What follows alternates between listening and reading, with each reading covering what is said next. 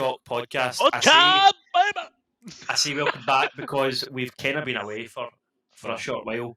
Danny looks like he's been in prison. Yeah, I'm still there. This is my prison, my mind. That's deep. For more deep thoughts, stick around. Yeah, this is episode 26. We haven't recorded in a week or so because we've been busy, so deal with it. But hey, listen, the one good thing about not having an established audience is that no one cares when you're away. No one cares. It's fine. We get to dictate the timetable. Also, that's what matter to audio folk, but I apologise for video folk that my camera's lagging a bit. But hey, it's fine. Let's go on a bit. So, I'm Dan, in case you forgot, and I'm joined by the abominable Christopher. I don't know why I went with that. That's just because you said I looked tired. The way you went abominable and then abominable, and you used my full name was a bit weird.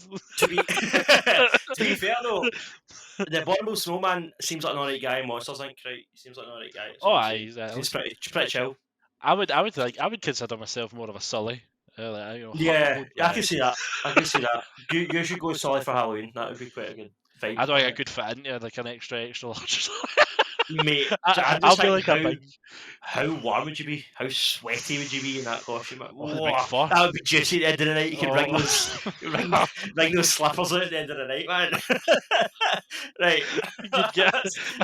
Let's batter in. We'll just put off everybody that's listening in the first 2 minutes. That's cool. You get a shower. So a salty shower. So tonight we are going to talk about trailers because in the weeks we haven't been here, there's been some trailers released for things. Many trailers. That we want to talk about, and there's been some other news, but the only kind of news that I've seen that I was like, talk about that. It's the Star Wars Jedi Survivor will be shown at the Game Awards, which is happening on Friday. I want to say the 9th. That's Friday. Yeah. So Friday the 9th, Game Awards happens. Kojima's new game will also likely be shown at that. Well, Kojima's going to be there and he's working on a new game, so pretty certain that he's going to show it. So, but guess what? We're going to record again this weekend, and we'll talk about all the Game Awards shit. Then that will be our topic for the next episode. So exactly, stick around for episode 27. Dropping topics like it's hot. Dropping them like it's hot.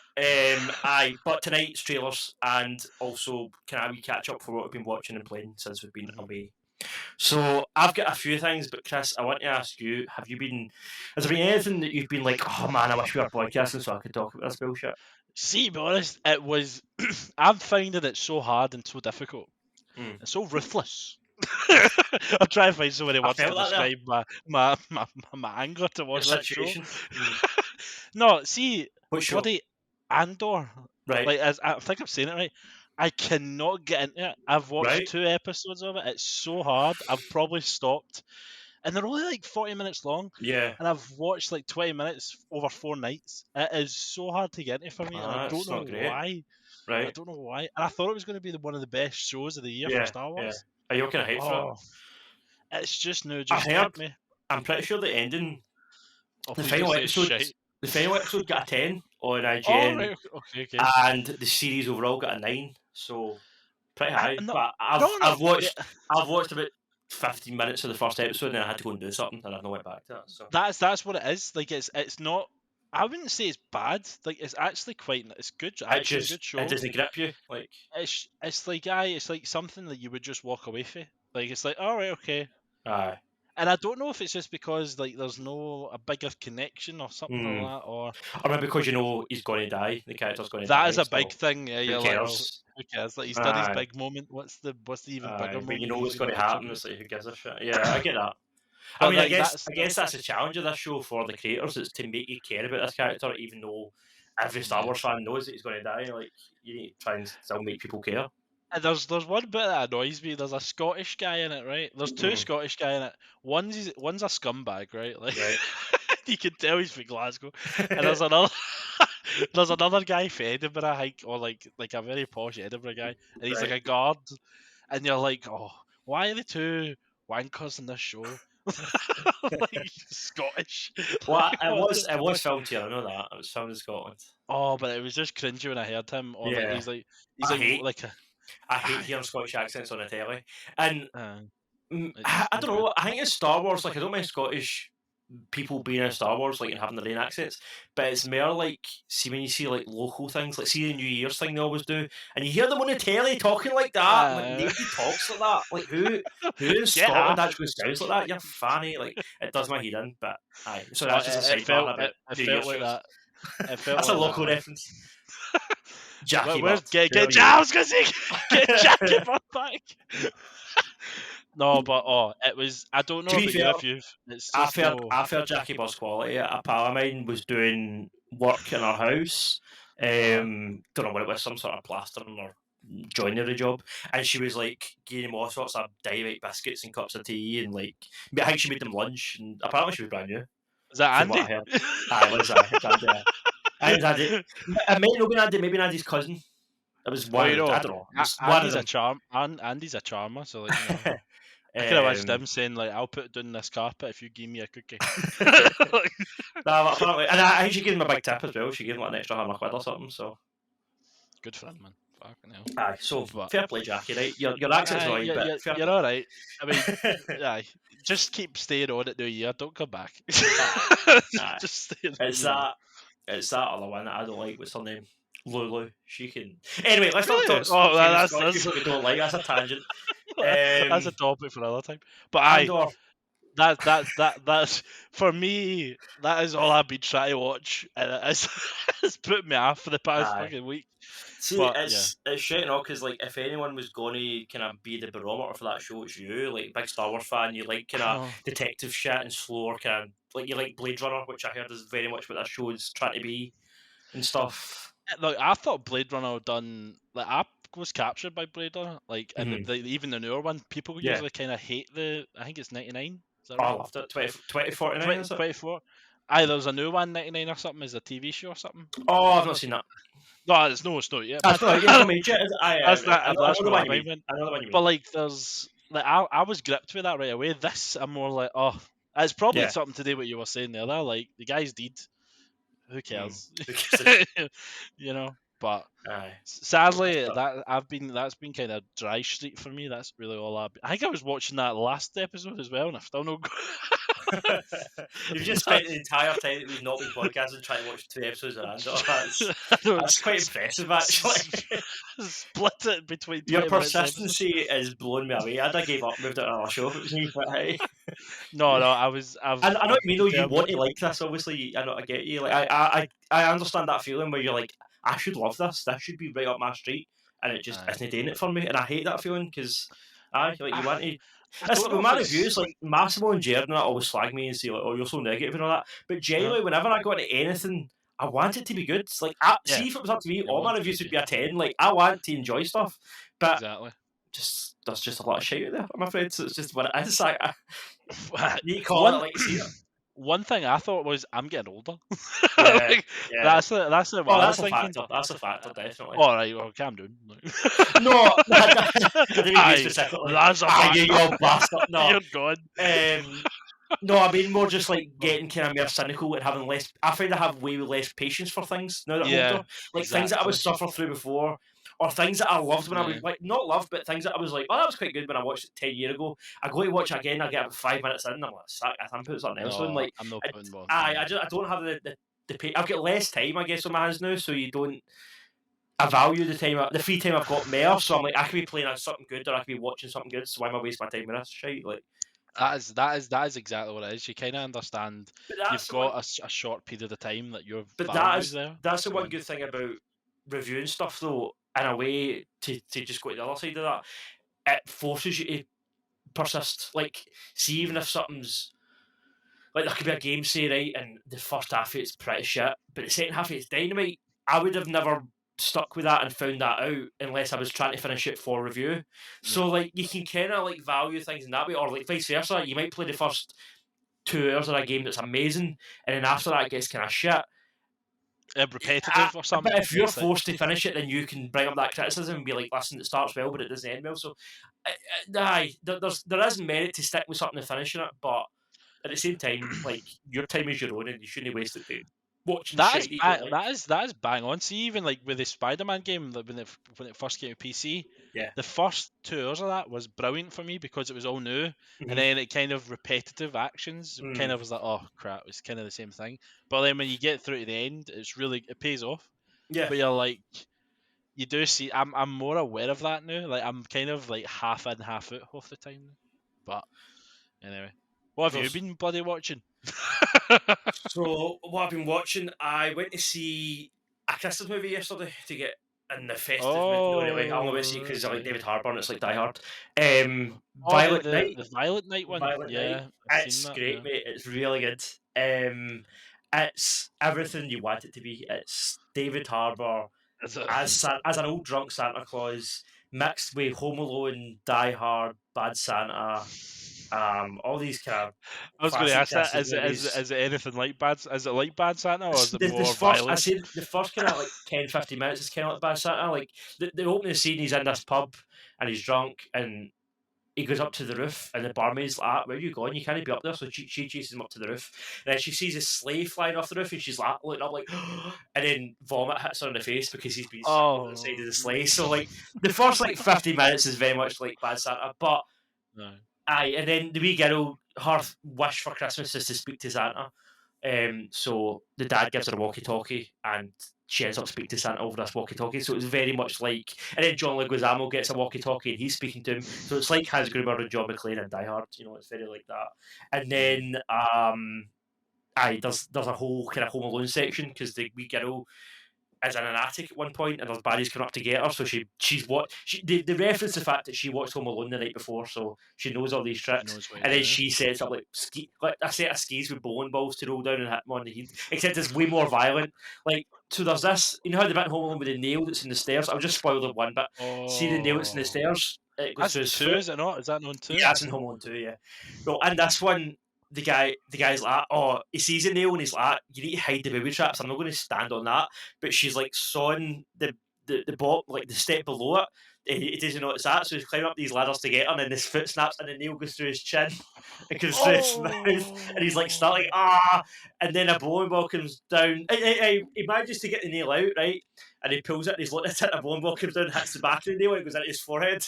So, so yeah, it's kind of Home Alone on steroids, somewhat. Is it? But it's he's dead. Oh, people die violently in this movie. Like the first one of the first major kills is fighting this guy in the basement, and he's getting a bit of doing, and there's this Christmas tree behind him, and it's got like a light up star on the top, and he pulls this light up star and sticks it in his eye. So the guy's got the star sticking in his eye, but he's still coming. Like you can't really see, he's swinging, and David Harbour grabs the plug and like plugs it in the wall, and the thing like electrocutes him, and then his whole head goes on fire, and like his face melts. It's really quite gruesome. It's great. It's the same guy. Did you see that movie that came out a few years ago, Dead Snow, the Nazi zombie movie? I did see that one. Yeah, Well, it's that the same. was. It's the same guy that made this, so it's the same sort of violence. Yeah, it's the same sort of gore as that. So Oh, that it's was. practical. Like it all looks good. It's real. Like it's models, and there's no much CGI. Like it, when No somebody gets a Nazis in spike it. through No the face, it's Nazis. like no, there's no Nazis. But it's great. John Leguizamo will just choose the scenery as the bad guy. I'm Mr. Oh yeah, Scrooge, and he shoots the Christmas tree and shit. Like he's very cartoony, but he's great. Like he does what he needs to do. David Harbour's kind of like chemistry with the wee girls, like the heart of the movie, because the rest of the characters, like the parents and the family and shit, they're like something for kind of. a Hallmark movie. Like, do you know what I mean? They're just kind of garbage actors, but the wee lass is great, David Harbour's great, the baddie's great, and the violence is great. So it's well worth seeing. We'll do Janky that. is like Janky done it for like the love of the movie, or Janky was like a cash grab, or he really wanted to do a movie for Christmas. What do you think? Well, I don't think he was doing it for his kids because that's not a kids movie. Man's face melts off in the first 20 minutes, like. Oh, But I do think, I don't know. I just think it was a fun role. Like, I think he's been offered some stuff, and I was actually reading an interview with him, and he was talking about how he's picking his roles more carefully now after yeah. Hellboy. He was saying how like Hellboy taught him don't mess with something that people love. Don't take a chance on that because there's a chance it could backfire like that movie did. Really badly. Yeah. So he's kind of, which is it's quite refreshing to see an actor actually not just have a big ego and be like, oh, it's not my fault. Like to actually acknowledge that maybe we shouldn't have done that. Like I think that's actually quite like admirable of an actor, especially a Hollywood actor. especially Yeah. with somebody such as like I think he's Like that's what I like about Harbour. He feels like he just feels like a normal guy. He feels relatable. He's funny. aye, Like he's not like hilarious, but he's just like a normal funny guy you'd meet in the pub. Like aye. he's just down to earth. Like I don't know. He's great, and he's a good Santa because he's kind of like infectious. And also they make Santa way more badass in this movie. Like they show him like in the Viking days when he like fought in the Crusades. Like and he's got like a helmet and a big axe and shit. And his name's like he's got this big like long like Viking name that loosely sounds like Nicholas, but it's like Nicolasha. I don't know. It's this big long name, and it's cool. It adds to the whole lore, and What annoys me is he looks rather young, even yeah, when he's got grey hair. oh Like, yeah, like he looks yeah. still He's like not, 40. and he's not. Like obviously he lost a bunch of weight recently in Stranger Things. I think this was filmed between the two seasons because he's not quite as chubby as he was it season 3, but he's Aye, not as thin as he was in season 4. He's sort of in between. fuck. But for That's this good though. movie, for this version of Santa, like Santa should be pure fat, but for this version of Santa that's like kind of a badass and he used to be a Viking and stuff, it kind of works. Do you know what I mean? It's not. Mhm. He doesn't need to be like this pure like huge big fat guy. Like he can just be like a bit middle-aged guy out of shape. Like that's fine. Like you don't need him to be pure. But he's great. He's really good in it. Really good. I think that's the only movie we've seen because the last thing I talked about was the menu, and I spoke about it in the last episode, so Aye, that was the last menu. thing we've Aye. seen. The other big thing that I want to talk about is the Callisto Protocol. Yes, let's get into that. Let's get into that. So, One of my most highly anticipated games of the year, and I've not even fucking played it. One of the so the game came out on Friday. There, we had it for about. We got it quite early. Getting the props for sending it. We got it about a week and a half before. So even though it's not the meatiest game, I think it's between. I think I took about 10 hours to beat it. I've heard some people take about that's not bad 12, for some it. people take about 8. Well, that's the thing. Like a lot of people in comment sections and shit are complaining about the length of it. Mate, see for a survival horror game, that's ideal. I don't That's want to be perfect. playing. I don't want to be playing a game where like there's jump scares constantly and there's all this like the combat's it's not solid, but it's quite hard. Like I don't want that sort of thing for like 18, 20 hours. Like that's too No, much. you You can't want have to be that. sort of in and out. You just want to be told a tight, well written story and kind of get in and out. So There's an in I'll, between Resident Evil 3, which is 3 hours long, and yeah. 12 hours. That's the best. You need to get Yeah, in a between sweet there. spot. Yeah, definitely. It's So I love this game. I gave it a 10. Now that's pretty unprecedented for me. Like I really give it a I 10. know It's a big that's deal. And I was fighting myself like when I was playing this game. I was like, is this a 9 or is it a 10? Are And you putting your thoughts like, oh, this is great, but it's I not was actually what I you're was thinking? between a 9 and a 10 because there is aspects of it that aren't perfect. But to me, it Mhm. depends what a 10 means to you. A 10 to me doesn't necessarily mean perfect. It means the best possible version of what this could be. That doesn't Right. need to be perfect, but could if I was some programming video game making genius, could I make this any better? That's really the question I have. And if the answer's no, then it's a 10. Do you know what I mean? If this is as good as it can be, then they've done Mhm. all they can. Like so for me, I had no issues technically. The game ran gloriously. It looked incredible. That was the first thing I booted it up. I know that graphics don't matter all that much to me, to be honest. I'm way more interested in how it plays, but it looks incredible. Like the detail and the modelling for Josh Duhamel, who's the main character in this game, and Karen Fukuhara, who is Kimiko in The Boys. I was going to admit I didn't want to pronounce her She's second name. I don't know if I could get that correct, but is she good? she's great and she's quite. I'm getting her character, but she's quite different. Actually, she's kind of a you're kind of a piece of shit, but you end up liking her because, to be honest, your character's a bit of a piece of. Like, everybody in the game's kind of a piece of shit, but Yeah. she starts off as an antagonist, but then you realise why she is the way she is, and it kind of hooks you and it reels you into her story, Right. and it Okay. makes the characters. Even though she's a dick, she's relatable. You're like, I can see why you're a dick, and like it's just that's good storytelling. Like not everybody's a brilliant person. Like you do get dicks, especially in the future when in this kind of universe, like you're going to get that. So yeah, the Mhm. opening of the game's great. Really good intro. Ran like a dream. The biggest change. So this is for us, the uninitiated. This is the guys that made Dead Space. This is Glenn Schofield as the director's name, who was basically in charge of the Dead Space games up until 3, when basically EA came in and asked him to put in loads of action and pretty much ruined Exactly. it. So the reason that he made, according to him, the reason he made this game was this is kind of like what 3 would have been if EA hadn't fucked with it. Basically, if they hadn't get involved and made him change things and put in more action, this is what 3 That's would what it would be. have been. It's I'd say it's closer to Dead Space 2 in terms of like it's horror focused at the start and then it does shift to more kind of action focused towards the end, but not. I wouldn't say in a bad way. Like again, I've seen that insult in a few reviews. I've seen that like used as a negative. I didn't mind the shift. I quite enjoyed. It went from like kind of being like scared to go around the corner or scared to look in a locker to like can I edge your seat like oh shit I need to kind of like I can't just sit back and like I actually need to like think about this and watch my ammo count and watch where this villain's coming from. You know, like it made you kind of keep you on your toes, which in a good way though. Do you know what I mean? Not in like a lazy way. That's one of the things as I think even in Dead Space 1 when you got to like, a level which I would say was the scariest out of the 3, but when you get to a level like in the last couple of missions, you are quite confident that you have the money, you have the health You've packs, you got have the fine, guns, yeah. you've got everything, and you've got all loaded out to beat whatever you're going to beat, and I But think then they that's just throw, natural. a monster at you that's getting more health or whatever. Yeah, Aye, that's a so like challenge. it's I think the another thing comparing to Resident Evil Village was a bit for me was like what's going on That's here? that's You funny. lost the. Oh, I'm you going going to to say? talk Oh about shit! that in a sec. Have I stole your No, no, thing? no, Oh no, no, god! no, no. It's just funny because that's the next game I'm going to talk about. All right, okay. But yeah, no. So Callisto, it's very much like the first. Generally it's my dream. The reason I gave it a 10, right, was because I can only write a review based on my experience with the game. I can't write it based on anybody else's experience, right? Because we're going to get into the issues that other platforms have, particularly PC. In a second, I played it PS5, by the way. Yep. My experience with the game, it was maybe not perfect. There's some things that I don't know. The combat points, camera's a bit close to the character, and sometimes when there's an enemy behind you, it's a bit hacky. Like when sometimes you dodge an enemy still hits you, and you're like, I should really have dodged that. Like there's wee bits like that you could go in and nitpick, right?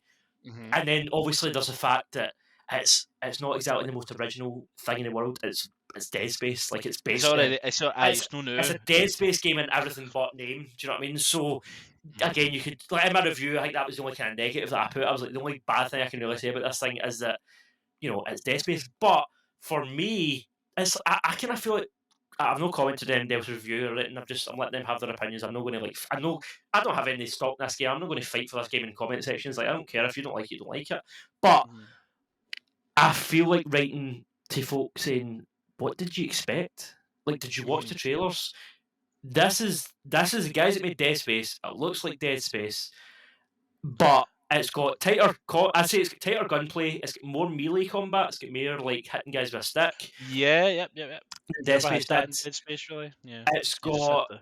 kind of different guns and a different upgrade system, which is cool. It's like a 3D printed upgrade system. It's just a wee animation, but it kind of works the same with points and stuff. But see, when you get it, you put your wee gun into this thing, and then actually you see say it's a scope that you buy or it's a silencer you buy, you see the wee like 3D printer print the silencer on the gun and shit. And it's nice. Oh, It's is it the even got the presentation's same? good. The Is it even got the presentation's good. same like look to animations where like you put the gun Sort in, of. you go in the Aye, suit and it's got and the stuff like that? voiceover. It's got the voiceover where it's like printing your piece or whatever, and it's behind. Oh wow, that's brilliant. It's very Dead Space, but again, is that like see if you're a Dead Space fan or a Uh-huh. Resident Evil fan, or I would even say an Uncharted fan, which I'm a fan of all the things. This is the game. Like there's certain moments in this. That's the other thing I say. It sets apart for Dead Space. I feel like Dead Space maybe tried to do some of this, but because it was a decade ago or whatever, they didn't maybe quite have the technology or the Tools, chops at that point. But there's some set pieces in this game that could be like an Uncharted game. Like there's a great sequence where you go down. There's a great sequence you go down a water slide and you have to dodge these kind of big poles and fans and shit. Except it's way more violent than Uncharted. Like, see, that's another thing we'll get into is the death animations. Like, see if you're playing it for gore. Oh my god, it's one of the most brutal things I've ever seen. Yeah. Like, oh my Jesus. So, like I'll get into some of them, but the one with the fans, you're going in the water slide and the fan catches you, but it doesn't just chop you in half. It like lifts, it slowly kind of he's at you and going shit, and then the fan lifts him up, and then the roof's there, and it like slowly jams him, and he's like trying to push it down, and then eventually it just grinds through, and he's like and then eventually like falls in half. Like it's messed up, man. It's horrible, but I hate those deaths that that make you think you're still alive. And Yeah, this you're like, that, he's going to get this. Is maybe I'll press a button here, and sort of it's like, no, you just get torn in half. Like, yeah, oh, so it's brutal. There's this like sometimes when you get decapitated quite a lot, like because the things like using clubs and shit. But there's this decapitation where it's not just like the head you get chopped off, is like half your face, so it's like you can still see his tongue. It's like kind of diagonal, so you can still see his brain at the back of his head, kind of pouring out the back of his head. You see his tongue like hanging down. It's just Jesus Christ, it's disturbing. Or there's one where like the thing pokes your eyes out first, so you've got the eyes, and he's like with the eyes, and then it like puts his fingers in your mouth and like opens his jaw, but it doesn't just snap his jaw, it like moves it from side to side, and you see your jaw like breaking at either side, like, and then eventually it, like rips your head in half like a walnut, and then it's just like the bottom half of your face. So again, it's just the tongue and the bottom teeth, but nothing above that. It's horrible. It's gross, but it's cool. Yeah, there's loads of them. Aye, but the water slide sequence was great, and there's another sequence where it's like a free fall sequence where you get blown out of a spaceship, and you're like, I've not played one of these in years. That's made me pure nostalgic. Like in PS3, every second game I felt like had a free fall sequence that you were like skydiving or whatever.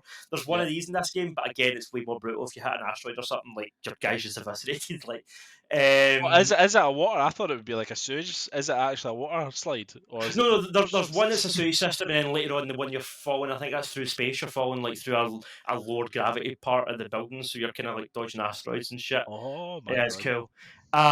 What else? There's a part with a moving kind of freighter thing, so you go on this like big lift, and it's like a platform, and then of course it's going through like this tunnel, taking you deeper into the wherever you're going, and like there's monsters climbing out the side, so you're taking all them out and fighting them, and there's like ammo and health on the thing.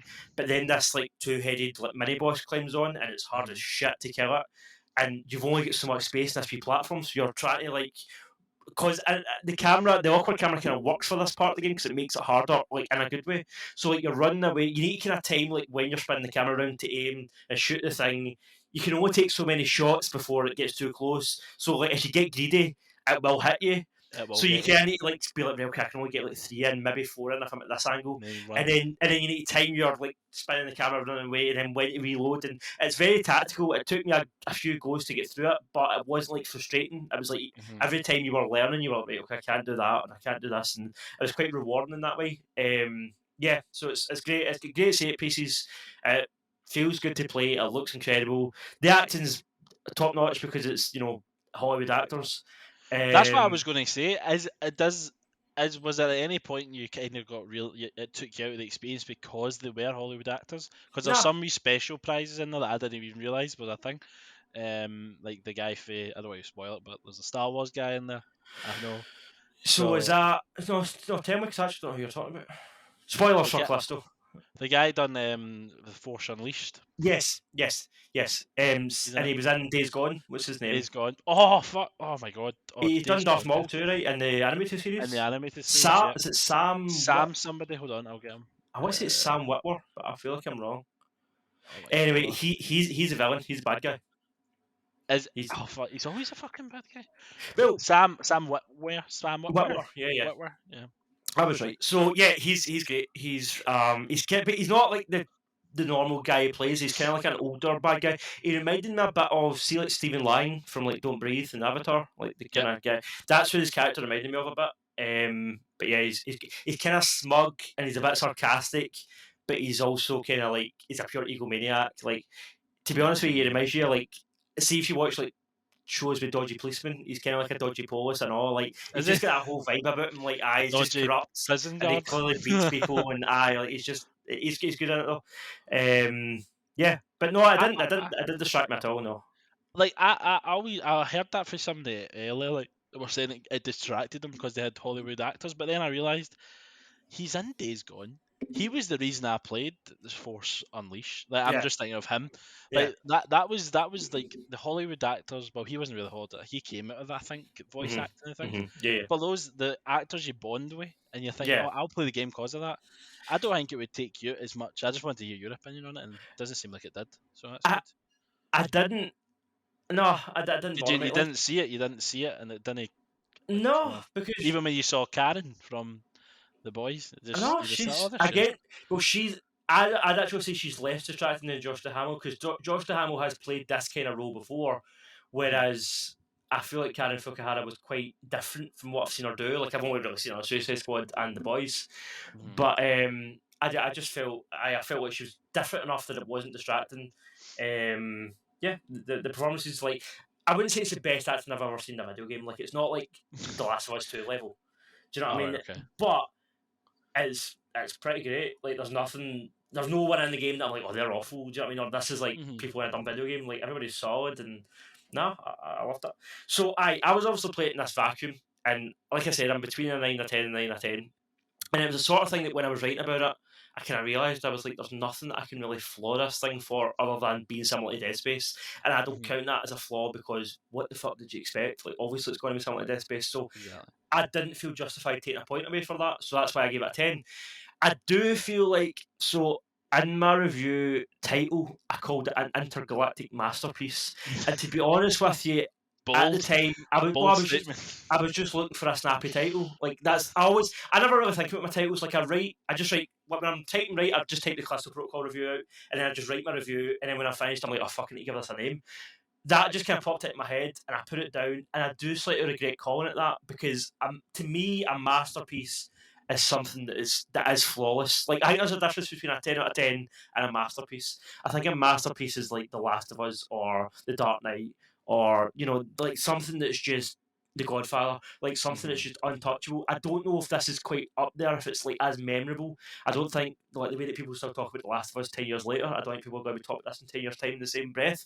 But like I keep coming back to, I can only score this based on my experience, and my experience was a 10, so that's what I gave it.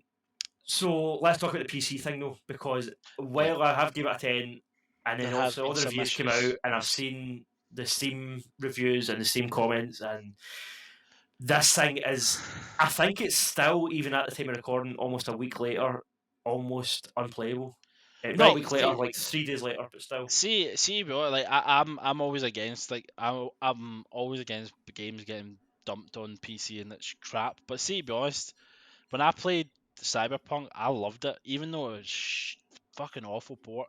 I loved it. I loved I think Days Gone, when it originally got put onto PC, it was a bit shit, but I loved it.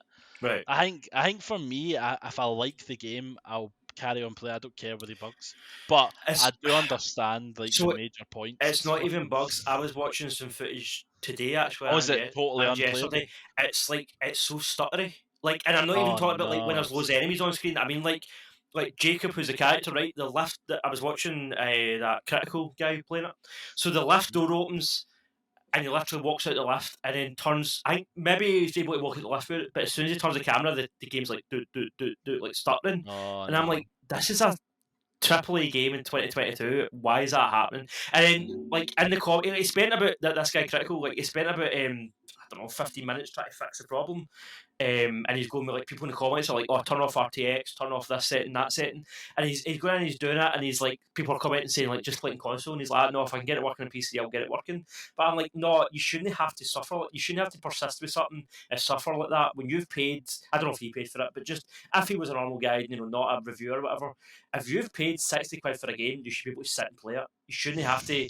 You should have to go into Reddit and be like, right, how do I play this game? What do I need to turn off? And then if you turn stuff off, you're not getting the premium experience, which is the main reason to play it on PC. So if you're playing it on PC, and the version you're getting doesn't even look as good as the console version because you're turning off all these settings, what's the point?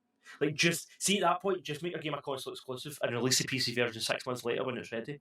Like, I know that's shit for PC players, but I would rather that. I mean, I've got both, so I guess it's different for me. Like, I guess if you only get PC, they might feel different, but I don't know, man. I'd rather just wait and play a game that works. Like, and it's the same with any delay. Like, anything that gets delayed, take your time. Like, I'd rather wait another couple of months to play something, especially with my backlog, the new Christ.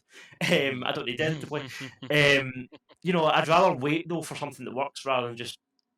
Cyberpunk's a great example. Like, they should have took another 6 months at least on Cyberpunk, at least another 6 months, and look at what happened. Like, they rushed out the door because of the publisher, and it just Now it's tarnished forever. Everybody's going to remember. Even if that game, everybody keeps saying like No Man's Sky, like for 2 years' time it might be the best game ever.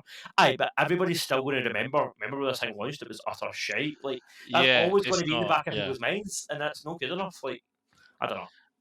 I think that's one of the things. Yeah, you have to kind of put it under the kind of microscope, especially if the amount of money they're asking you to pay for it and it's broken Well, and that's it.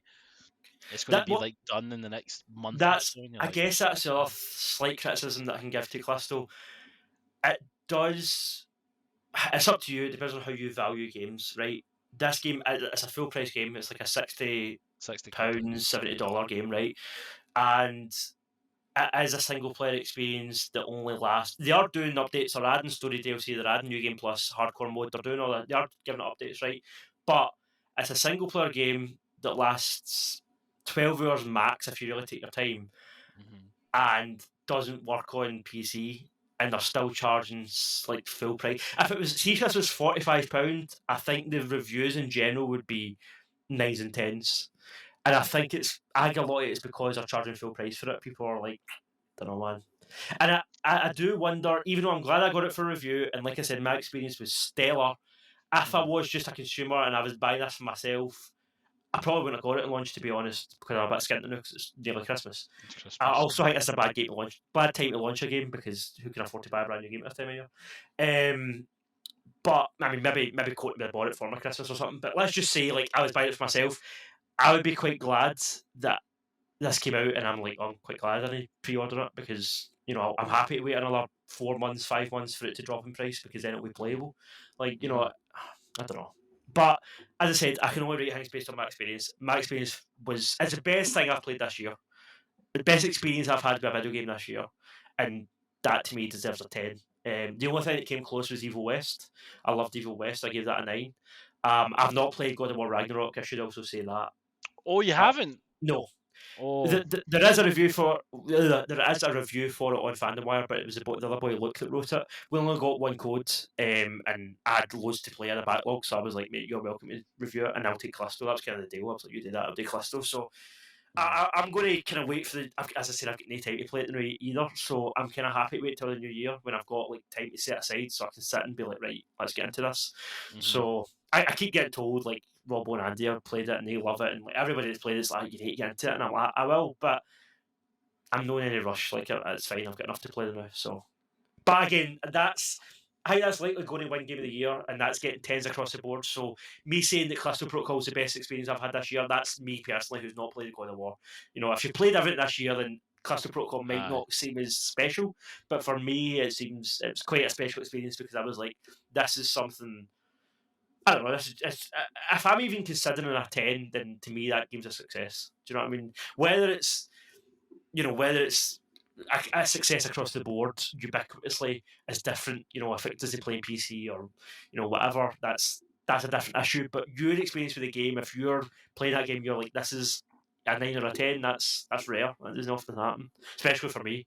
So yeah. No, I don't think it's heard of. Like, you could probably have that in like 10 years' time. 10 games that Dan has gave 10 out of 10 for.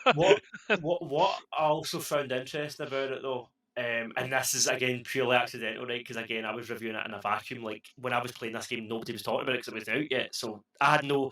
It's funny when you play a game, has your opinion on it, because obviously before I reviewed games, you're either playing it on launch when all the hype's there, or I'm playing it, when it drops in price 6 months later.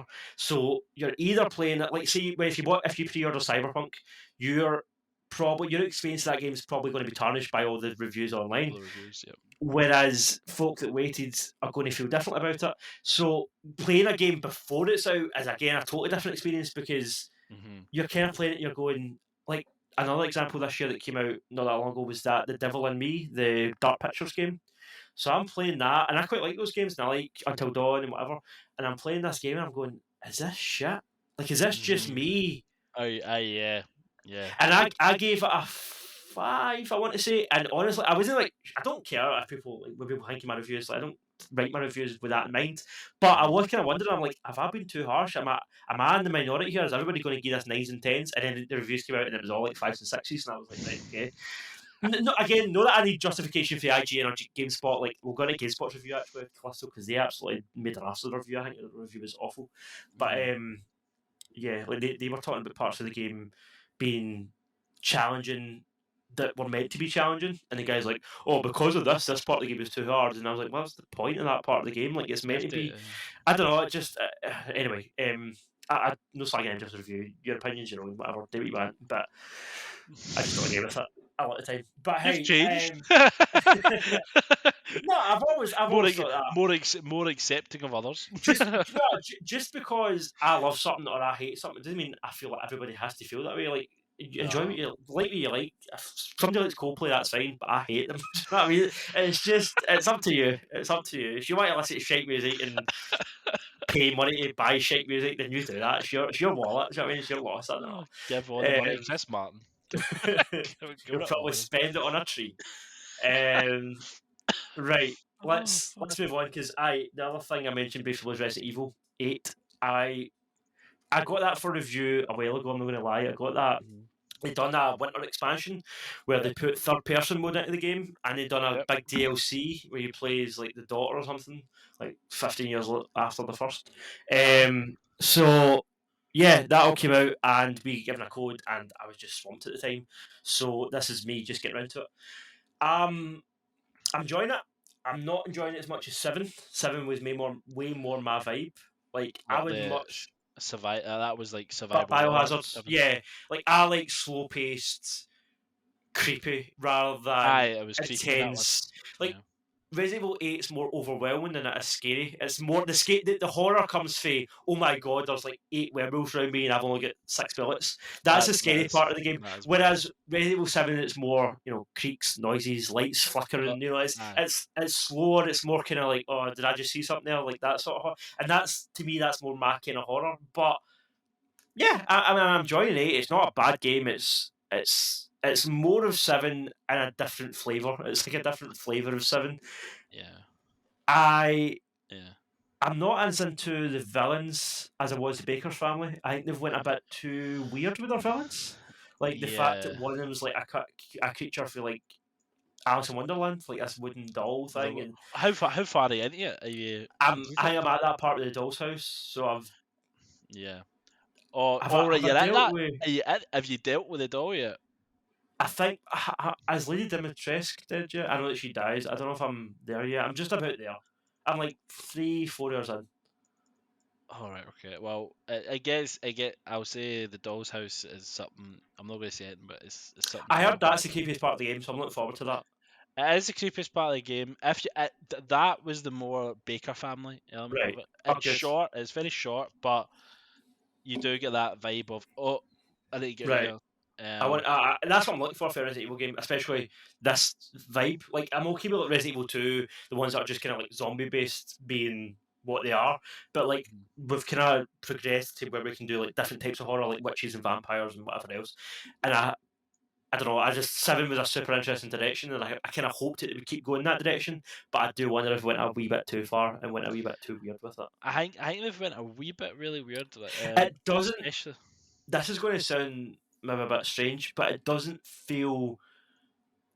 Resident Evil 7 felt like kind of classic Japanese horror.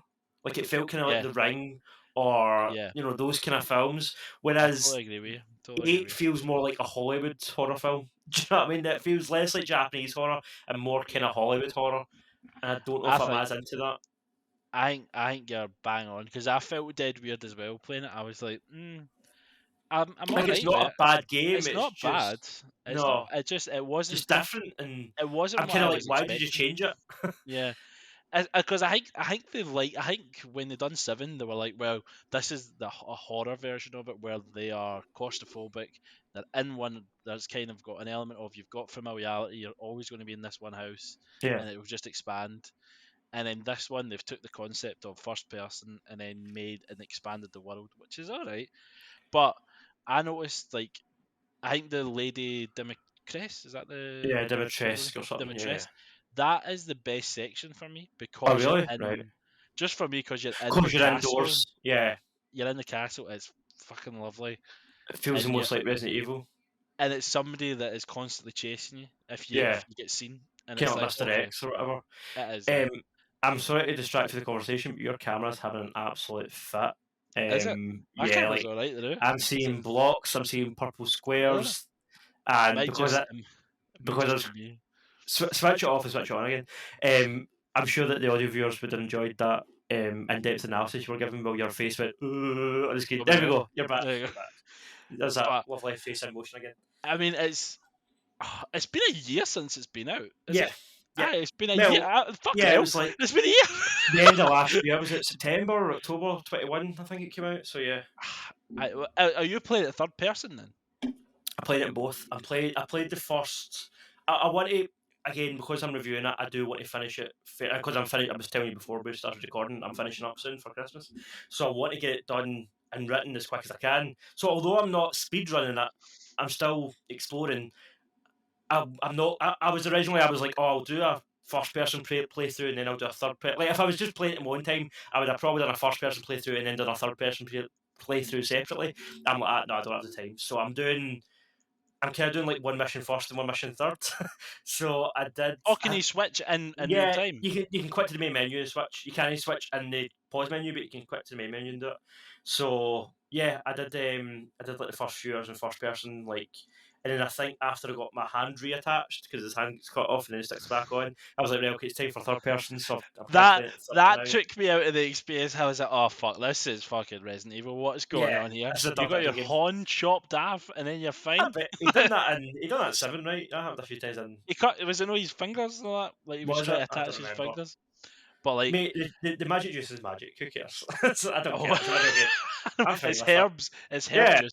yeah, But like, just the good shit. I don't I wasn't sure about a third person in this. That I thought when I watched the trailers, I was that I wonder if they've actually built this for third person. Like So it seems like it's not, but it I, might not be. I would say I was surprised. I was pleasantly surprised at how well implemented the third It person is. was. All Yeah, right. Okay. there's animations for stuff. There's crouching animate. Like it's not just like it's a mod. Like they've actually went through and kind of rejigged a lot. I would imagine a lot of the programming and stuff to make it work in third person. The only thing that doesn't have an animation when you put a key in a door. Like this happens in first person as well. To be fair, you don't see it's not as if the I hand's on the key. The key just goes in itself and spins. That's the same in third person, but it looks a bit weirder because you can see him standing holding his gun while this key like floats and turns him up. But again, that's the same in first person as well, so it doesn't really matter. But other than that, none of the animations are solid and it plays well. It does become, guess, more of an action game. It feels more like a kind of third-person action game. especially when Chris Redfield comes into it. I don't Well, I know know. you plays him for it, don't you? You plays him, and that's a. It kind of does juices that it an up. shooter for a bit. I Yeah, heard. it Yeah. turns it up. Yeah. I don't know. I don't, because I've kind of accepted the fact. Even before I switched to third person, I'd kind of accepted the fact that this wasn't as horror based as 7. I kind of accepted that this was going to be more of an action based game.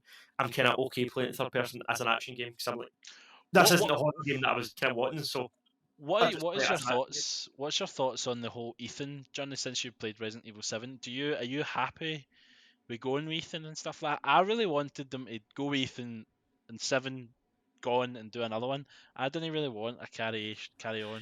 Yeah, I know what you mean. No, I kind of do agree with that because it does feel. I mean, again, it's a video game. It's Resident Evil. It's not like it's a bit cheesy and whatever. But I did feel like, see, when Ethan gets kind of roped into it again, like literally, what is it meant to be, like a few weeks since the last game? Well, I guess a bit longer than that because he's got a baby, but whatever. It's been like a few months or whatever. And it's like all of a sudden, Chris Redfield breaks out of the house and kills his wife, and he's right back into the action again. It just seems a bit. You're like, oh, come on. And Chris Redfield's no edged a fucking day. Yeah. He's still. He always seems it in the 90s, mate. He's frozen in time and he just comes back, man. But yeah, I don't know. Again, I don't know how much I care. I think if it was a franchise like The Last of Us or something else, it was a bit more kind of had a bit more integrity. I would be like, oh, what they doing? But because Resident Evil, I'm like, it's a dumb infection zombie game. I don't know. It's not bothering as much as it would otherwise. But I don't know. I'm having a good time with it. I'll play it through and I'll finish it. It's a nice kind of palate cleanser after Callisto. Because I guess if this was as horror based as I thought it would be, playing Callisto and this back to back might have been a bit much in terms of horror. Yeah. So maybe it's good that it's kind of more action. I guess it's kind of, and it's also, it's a totally different type of horror. Like Callisto's kind of space zombies, whereas this is like werewolves and shit. So it's a different type of horror. But yeah, Yeah, I would definitely think Callisto is much more scarier than Resident Evil. Like even the fact is the werewolves are scary, and as you said, the amount of them that charge you are scary. But Mhm. I wouldn't think it's not as body horror like what you were No, talking about Callisto. Like the guy's yeah, eyeballs comes out and he it's gets not. like chopped in half Callisto type does, thing. something else I mentioned in my review actually. Callisto does a good job of keeping up that feeling of dread and feeling of paranoia all the way. Yes. Well, maybe not all the way through, but at least for the first half. When, especially when you don't really have like you eventually get a machine gun, you get an assault rifle. But see, when you've just got like some pistols and you're creeping in every corner and you're waiting for something to jump out at you, and you see like you turn down a corridor and you see like a metal can rolling down the bottom of the corridor, and you're like, "Is that a monster?" And you're like, "It's just like it's got that sort of like edgy feel to it, where you're like, "Oh, what's going to happen?" It keeps that up way better than like Resident Evil does. Resident Evil is way more kind of like a chill, I guess, a chill horror game. You're kind of like, oh, Mm. just I don't That know. that that director that bloody directed that game must be have nightmares. Like he must hate himself or something like that to come up with like it's not a consistent look, but it's like a consistent feel of this guy's disturbed in some way to come up with these animations. I don't know if he's Speak, coming up with it, but he's definitely speak, got a play in it. speaking of kind of disturbing stories that this guy tells, I only found out about this after I played the game. There's a podcast prequel to Callisto Hmm. Protocol. It's called, God, what's it called? Helix Station, I think, actually. So it's called Helix Station Callisto Protocol. It's 6 episodes. It's like an audio book, I guess. They're like 20-25 minutes each. And the wee cover art, the drawing, I was like, that looks like Gwendolyn Christie for Game of Thrones and like Sandman and shit. And Hmm. I put it on the podcast and writing off. At the start, she's like, "Hello, I'm Gwendolyn Christie, and welcome to the Helix Protocol." And I'm like, "Ah!" And it's like it kind of tells you how the outbreak first started, like the first kind of patient zero or whatever they call it, and the patient zero is a natural main game as well. Hmm. They speak about how like there's certain locations that you hear about in the game that have all went to shit that are still functioning in the podcast. Like they're still like Okay. active cities and stuff, and you're like, oh, I know what's coming to them soon. Like they're going to get messed up in 10 minutes. Like it's kind of cool when you're in like the world before. I don't know. It was a nice wee like companion piece to just kind of build a universe, and again, really good cast in that podcast. Like it's Gwendolyn Christie, Kevin Durand from, you'll know him. I think he was the X-Men Origins Wolverine, but he's been Yep. in a lot of shit. He's in it. Michael Ironside, Sam Fisher, is the kind of Wow. he's like kind of her mentor in it. He's kind of like her kind of older What age mentor is type he? character. He must be like 90. Nah, I think he's maybe 70. He's 60, Really? 70. Yeah. I think he's just one of those guys that's always looked about 60, even when he was like Aye. 30. Do you know what I mean? Oh, side note, did you know? Like, I know Splinter Cell was apparently been out, but do you think he's the? I don't know anything. Do you think he's the guy? It's voicing him now. I hope so. I hope he's Sam Fisher. I think it would be a miss not to include him in some way, because they made the Ghost Recon games and they had Sam Fisher in them, and he voiced the character in those Aye, games. for a wee brief So bit. Yeah. it would be weird to like. So they've done all these games with him, and then they switched to that other guy for like, was it one game they done? Was it Blacklist or Aye, the other guy? Blacklist. And then Aye. and then, and then they switched back to Michael Ironside for the Ghost Recon games, and then they would switch back to another actor. Like it would just seem weird. So I'm like, nah, just know what you have and stick with it. Like, and that's the thing as well. Like Michael Ironside, as we just mentioned, he is getting on a bit. So there might come a day where he retires and you can't use him. So you might as well get as much work out Aye, of him as you can. Like while he's still working. I don't know. That's just my thing. definitely. But yeah, I would recommend listening to Helix Protocol if you're into the Callisto Protocol. Sorry, Helix Station, not Helix Protocol. Helix Station. She's in everything, man. Yeah, she's busy. she's getting busy. Like I'm Yeah, proud. Like yeah, she's ever great. She's really good. ever since Game of Thrones, she's been in Star Wars. She's been in Aye. everything. She's the sort of actor that you don't really get bored of seeing her. Like she's good in everything. Like she's And always she's compelling. interesting. And she's got a good voice for like a podcast. So is Michael Ironside, and there's somebody else in it that's been in loads of games that's really good in this. God, I can't remember. But yeah, it's well worth listening to. It's really good. Mm. Real good. Yeah, so we can move on now. We can finally look at these trailers if you want Oh to, God, because yes, that's kind of definitely. everything we've been playing and watching. I'll link to all my reviews below, by the way. I did also write a Game of the Year article, which I'll link along with my Callisto Protocol article and other shit that I've been doing. Is it not Callisto Protocol? Give us a sneak peek. So, That's so the Game of the Year article, we kind of collaborated, me and Luke, the other critic at FandomWire. So my Game of the Year was Callisto Protocol, his was God of War, and then we sort of had honourable mentions. You know, like Evil West. Obviously, I love that, so I put that on there. And yeah, just go read that. I don't want to spoil it all, but his Game of the Year was God of War. Mine was Callisto Protocol, and then there was like 4 or 5 honourable mentions. Yeah, so that's on there along with the full review. So trailers, we saw trailers this week for. We got 4 trailers. Well, we actually kind of have more because we haven't Oh, do recorded we? in a week. So no, just because of course. I didn't know if all these came out last week, but yeah. Chris, start me off with Indiana Jones and the Dial of Destiny. Is that what it's called? There's something with Destiny anyway. Do you Um, know what really excited me when I saw Glasgow Merchant City? I was like, oh, I was there when it was filming. aye, Like, that was weird seeing parts of the place. part of the city, aye. So just full kind of story on Indiana Jones for me. It's one of those franchises. I'm probably going to get chastised for this. It's one of those franchises, kind of like Jurassic Park, that I've never been that into. Like Really? people Not even love. the beginning. Do you want to know something else? Like it's kind of blasphemy. Do you want to know my favorite Indiana Jones film? Temple of Doom. Temple of Doom's some movie. I see when I was wee. I used to love Return. What? I used to love Return. Return I mean, of the Jedi. It's a good movie. Return of the Jedi is my favourite Star Wars movie, and Temple of Doom is my favourite Indiana Jones movie, and no one agrees with that. And Back to the Future 3 is my favourite Back to the Future movie. No one agrees with that. Like I'm the only one that likes those 3 movies. I like better Why than do the you other. like the third movie of every I do, don't I? I don't know. I don't know. I love an ending. Apparently, I just love a good happy ending. Maybe I don't know. Well, to be honest, yeah, you do get the good conclusions of like Yeah. Star Wars is a good conclusion. I don't know about Indiana Jones and Temple of Doom. I don't know if they would. I don't know if Nah, it's not no really. conclusion. I mean, you've got the heart guy. It goes to Kalima. I mean, that's what that is. But To be fair, I've not seen Temple of Doom in about 15 years, so I'm basing all this on my childhood memories. Do you know what I mean? I might watch it out of shit. I don't know, but I remember when I was wee, that was my favourite Indiana Jones movie. I think this has got to be better than the Crystal Skull. Well, that's the thing. Like Crystal Skull is objectively a shit movie. Oh yeah, it's awful. But I wasn't kind of like as personally offended by it as a lot of other people were because I didn't have this. Like it's not like affection for it. It's not like The Last Jedi. Like I guess my closest comparison would be The Last Jedi. Like that was a shit movie that was of a franchise that I kind of love. So that bothered me way more. Do you know what I mean? Than like when Crystal Skull came out, I was like, Indiana, don't give a shit. Like Indiana Jones. Same with like the Jurassic World movies when people were like, oh, Jurassic Park shit now, and I'm like, it's always been kind of shit, mate. Like I don't know. I don't have that sort of affinity with it. So there's a kind of connection between like, see, when I first saw it, I immediately thought when I first watched the trailer, I'm going to watch it. It's an Indiana Jones movie. It's a classic movie. I'm not going to. Who gives a shit? It'll be his last run, possibly, as this guy. The one thing it stood out like a sore thumb. It's probably because it's still a trailer, still probably getting CGI done.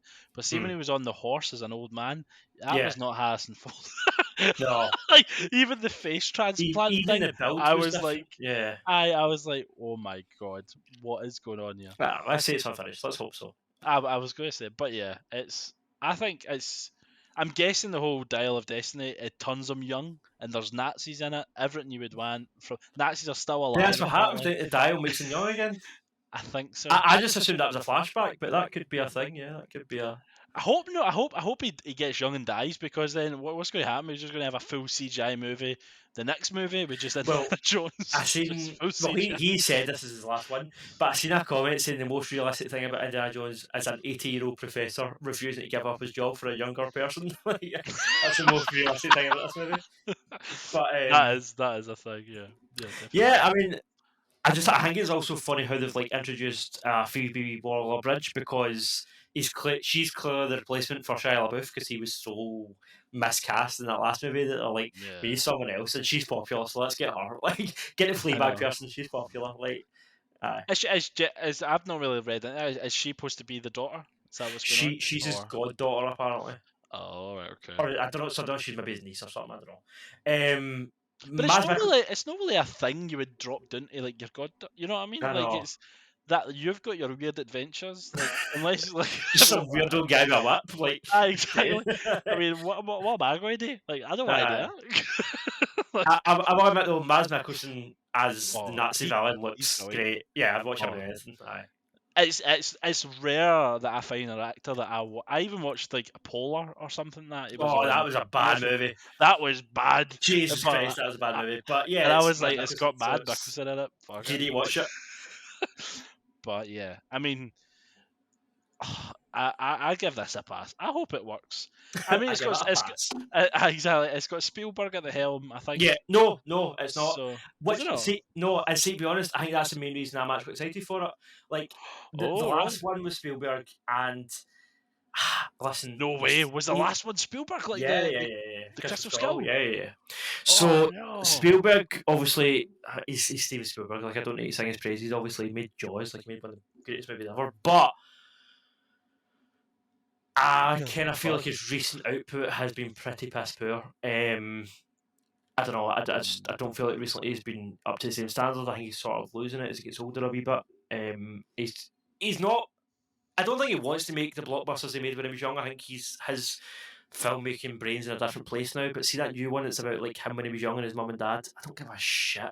Like I do not give a flying monkeys about Steven Spielberg's childhood. Like I just who cares? Like I don't know. Maybe I'm just being a dick, but I just don't care. Yeah. Is it? So Do you think it's more the fact that like that's what Quentin Tarantino said? It's like you don't want to be known for what you do. You want to be known yeah. for the 10 You want best to movies. you You don't want want to to be burn known. out, yeah, burn out young kind of thing rather than fizzle out when you're old. The director doing this though, one of the main reasons that I'm interested in this movie, it's James Mangold who did Logan and the recent Ford v Ferrari movie, which was great.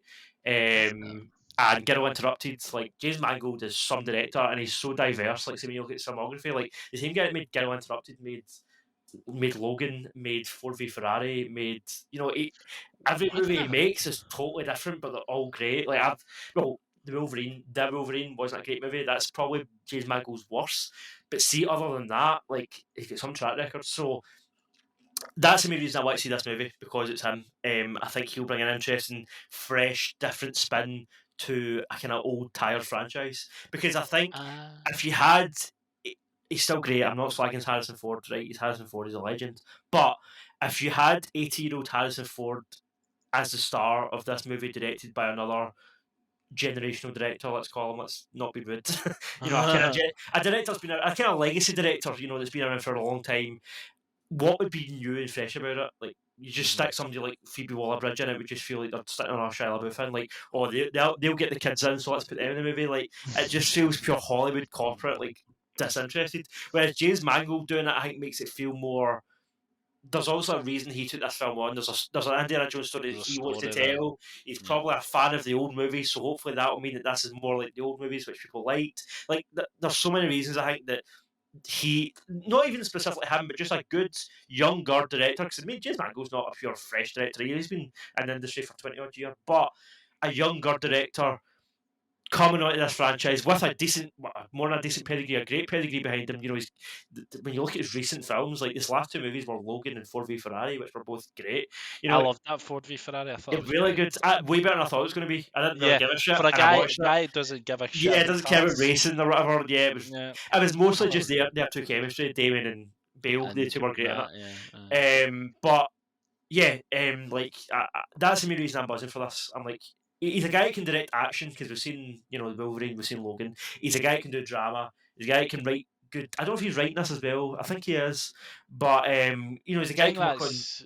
Did he know write the Logan? He co-wrote Logan. Did he know? And Yeah, then I think he so. didn't.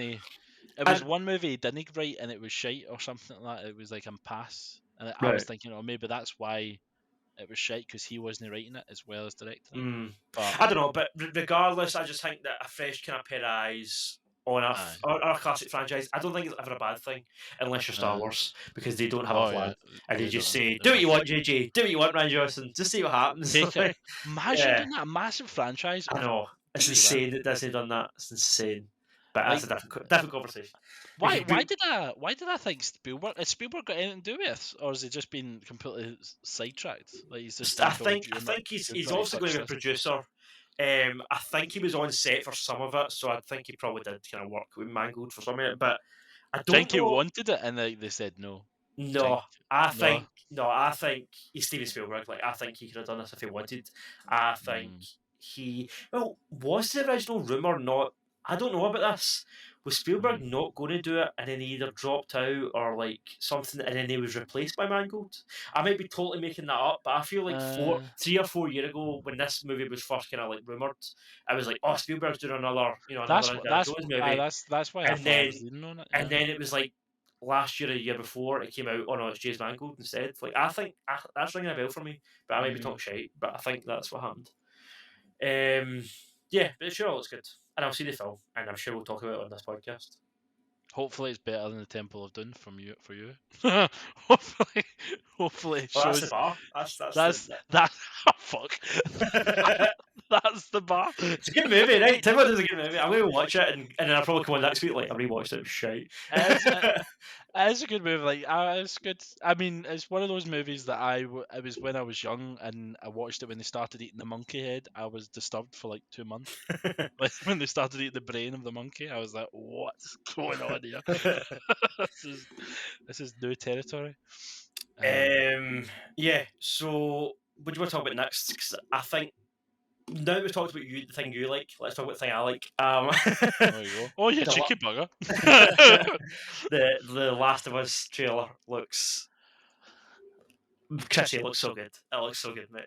Like I was skeptical, but I was skeptical. I was skeptical ever since they said they were adapting this, whether it was a movie or a TV show. And before they announced the cast and anything else, I was like, I think they should just leave it. It's a perfect game. Don't mess with it. Look at what happened when they made a sequel. Look at what happened when they done that remake this year. Like garbage, right? Anyway, that's another. I'm not getting sidetracked. But yeah, the show. I don't know. I love Pedro Pascal. It's HBO. You know, there's good things about it, but I still had that trepidation. I was still like, I don't know.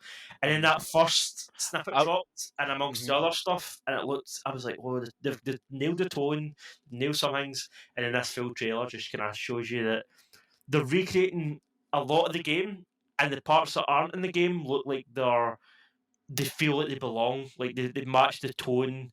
I think the idea. So specifically talking about parts of the trailer here. I thought it was nice. Hold on. Firstly, what Yeah. made it for you click from the previous wee clip trailer? What made it? Obviously, something. It was a lot of the same kind of added in. Yeah. What made it? Was it multiple things or was it one thing?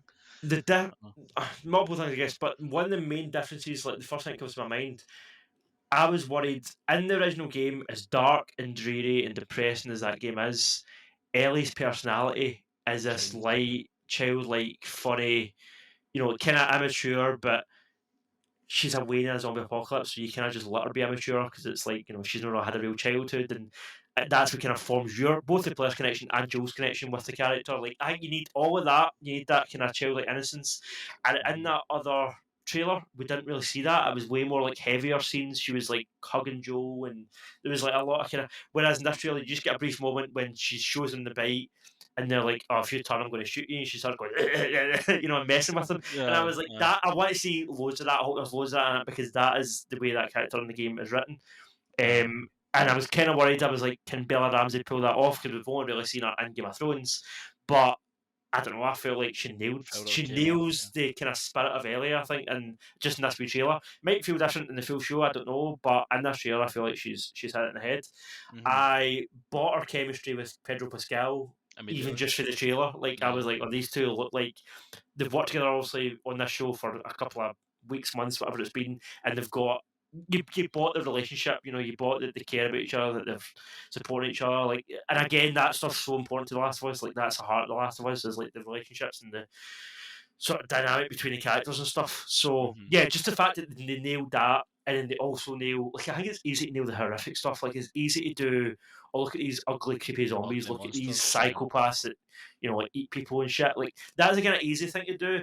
I think doing the emotional beats and the kind of the heartfelt stuff. I think that's the part that's going to take somebody that loves the game, somebody that's played the game to death, and can adapt that in a clever way into a movie or into a live action retelling script. Mhm. Yeah, and I think it just done a good job of that. I also think the parts of the trailer that were the kind of gross parts look great. The part with the bloater at the end coming up out the fire looks incredible. Yeah. The scene where I love the shot where you see, I think it's Pedro Pascal, he's going up the stairs and you hear the voiceover of this, again, this older couple, kind of like Hispanic couple that I don't know who they are for the game. They're not in the game, but they feel authentic to the world, They feel which is so why. relaxed and like that. Oh, yeah, Yeah, it's gonna yeah, they're get kind of matter of fact about it. But I mean, what? it's been a few years. Like I guess you kind of would get like that You get eventually. Like used again, to I, it, yeah. I kind of buy that, and they feel like characters that could have been in the game. So I don't have any issue with like introducing characters, new characters, if they're going to feel legit. Which in the trailer they do. As I said, it might feel different in the show, but so far they do. The voiceover where they're saying like, "Oh, this is awful," like, and Ellie's like, "You don't scare us," or whatever. While this voiceover's happening, you see Joe going up like a set of stairs, and he's got a flashlight in his gun, I think, and he like spins the gun around, and you see all the bodies like lying on the floor, stuck to the Yeah. wall in the fungus, and it's kind of at a distance, and it's at a bit of an angle, and it's a gorgeous, haunting shot. You're like, oh. That shot alone makes me excited for like the cinematography in this show. This is going to be a good looking show in the most kind of disturbing way, which is what The Last of Us should be. Like, it's good looking, and because the game had great graphics, but it was really messed up what you were seeing. But Yeah. that's kind of like what it's known for. So I just feel like they're hitting a lot of the beats that, for me, I want to see in an adaptation of that game. I also thought it was really cool. It's cool seeing both Troy Baker and Ashley Johnson in the trailer. Troy Baker's one of David's men, Was. who's also the psychotic cannibal that she fights at the end, towards the end of the game. So Troy Baker played Joe in the game. So he's one of his. It'll be interesting seeing him playing a villain. And Ashley Johnson, who voiced Ellie, there's a brief scene of her giving birth to a baby, or at least she's holding a baby, like a new, just fresh out the womb baby. She's still sticky and stuff. And I reckon that's the birth of Ellie. That's Ellie being born. And I think the idea to make the voice actor in the original game the mother of the character, like that's brilliant. Like that's full circle. Oh, Do you know what I mean? I That's never just a thought of that. perfect way to like round it all and cap it off. Like she gave birth to this character when Through a she voice. voiced her, and now she's Mm. doing that again, in the show. Like it's a cool kind of full circle moment. Yeah, I'm hyped, man. I'm buzzing. What did you think though? I mean, I've not played the game, so I'm mostly sticking it from a TV point of view. I thought See it was alright. that might be interesting though. Like I don't know if you plan on playing the game, but if you don't by January, it'll be interesting. I'm obviously comparing it to something and you're not, so it'll be cool to see how we both feel. I kind of want to hold off and watch the show and then play the game, and then Yeah, hold off, do the episode with us, and we can compare it, and yeah, then play the game and see what the mad differences would be. Because I don't, I've always been skeptical of games that adapt things, and yeah. it's like, Me all right, too. Yeah. okay, what is the main differences? What am I not getting that some people are really angry about? And Mm-hmm. I know when that happens to me, I get angry about it, but it's like, okay, I'm like to be on the other side now and being more Yeah. the investigative.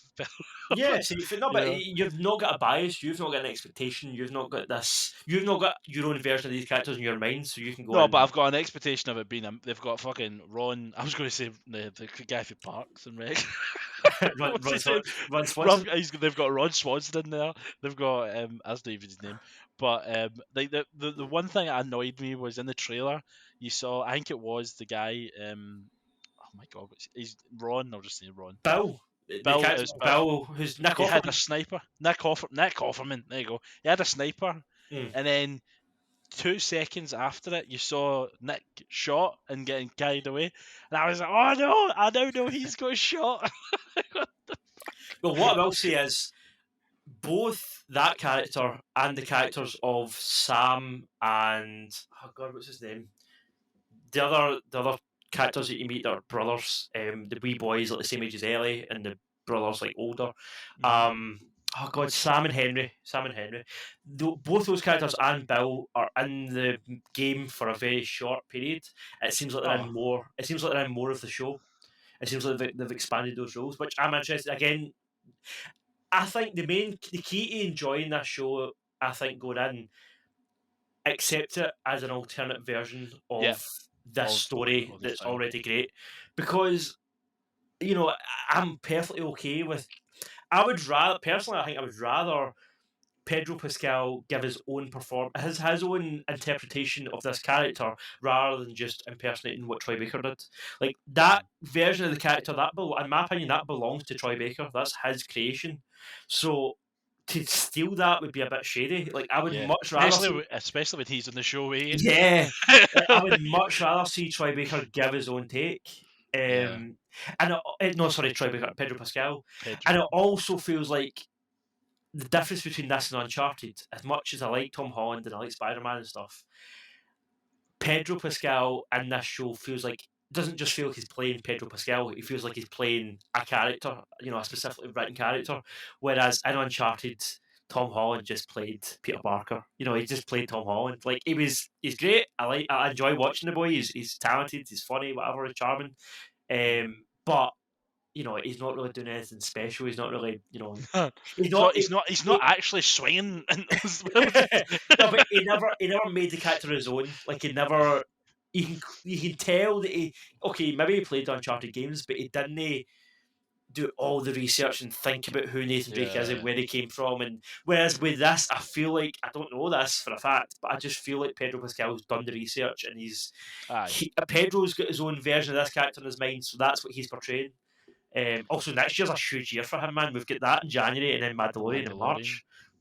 My God, man, that guy's killing it there. Good for him. I think he's going to be the guy that will say no more. Like I think he'll be like, we've done the third season of Mandalorian. There's no Think more. so?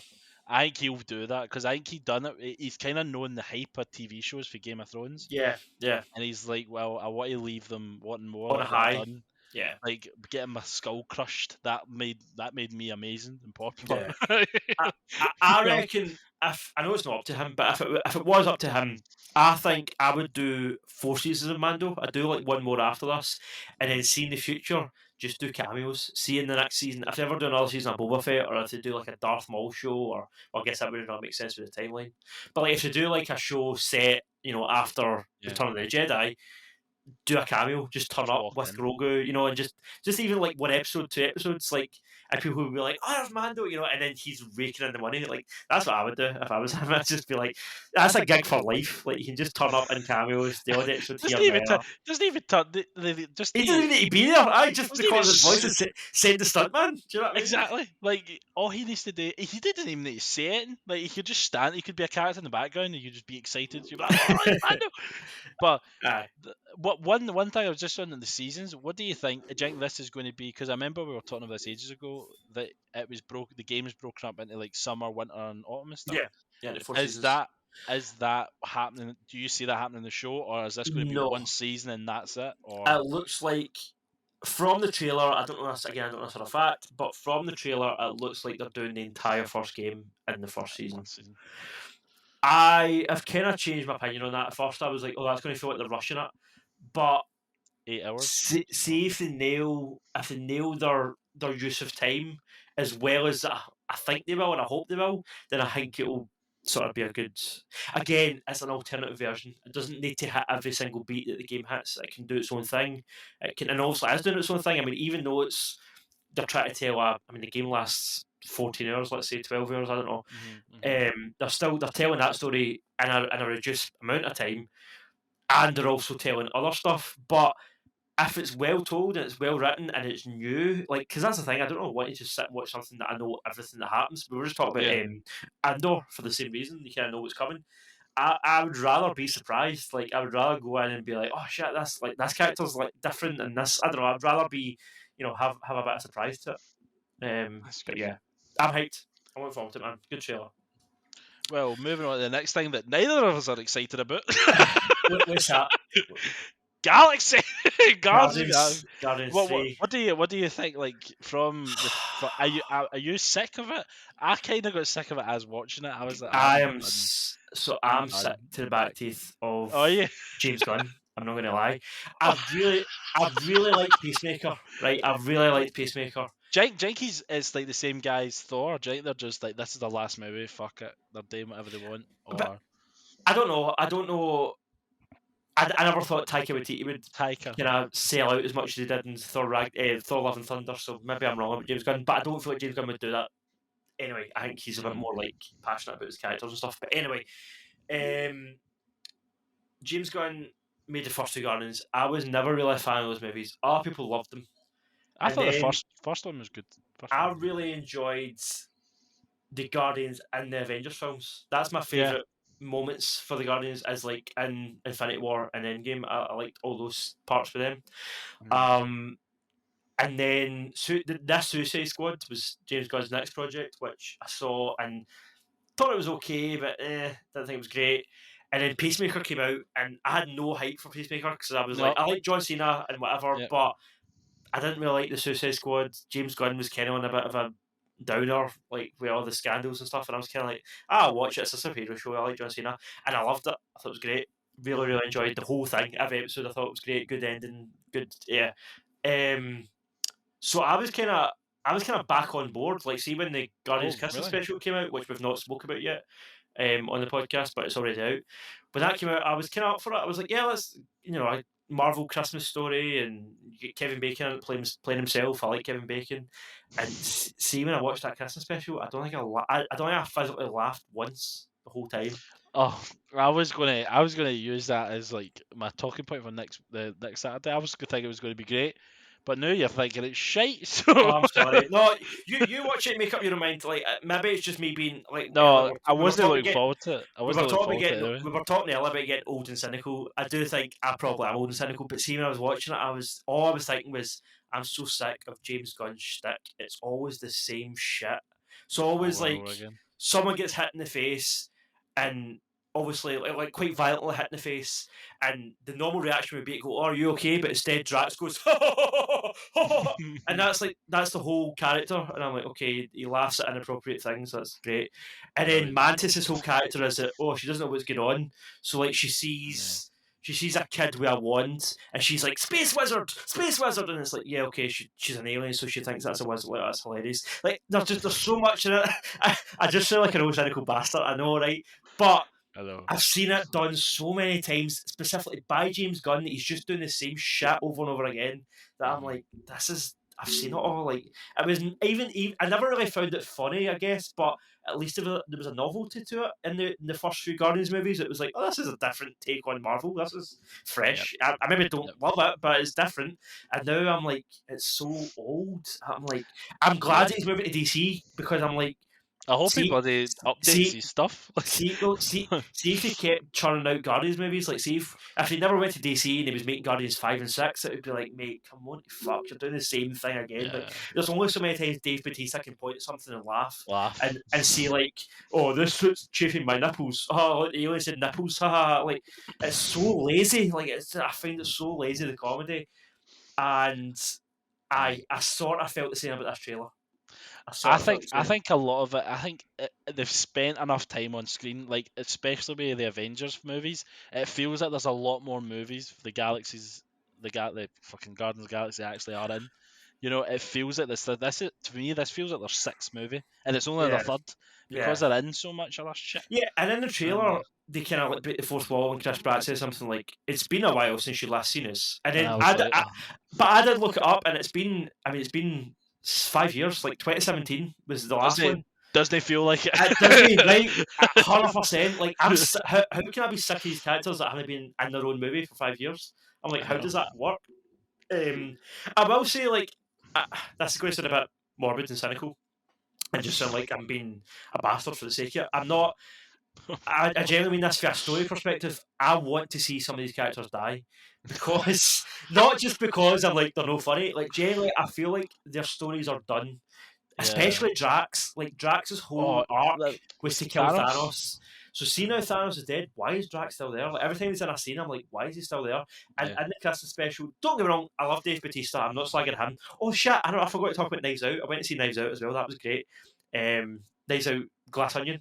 I was going to say that came out like 3 years ago. I didn't love the first Knives Out. It was okay. It was a bit overrated for me. I saw it 3-4 months after it came out, and it was I was a bit disappointing, in my opinion. The second one is great. It's still very, just a wee bit on this. Sorry, I will get back to Guardians. Just a wee bit on this. it's still very predictable. Like the first one, Oh, right, it was okay. super obvious it was Chris Evans in the first one, Yeah. and then this one is exactly who you think it's going to be. Like in the first Oh 20 no, is minutes, it? you're like, Is it's it? him. But this one, me and Courtney will do a for a consideration on this, and I'll get into the kind of in deep. The Groots. But The for Groots. the minute, this was more fun seeing how it played out. Even though you knew who it was fun to see the movie get there. Whereas the Mhm. first one, I didn't feel like it was as fun to see the movie get there. Mhm. So I actually preferred this one. But anyway, that's just a sidebar. Yeah, David Taysom was great Sidebar in it. for next week.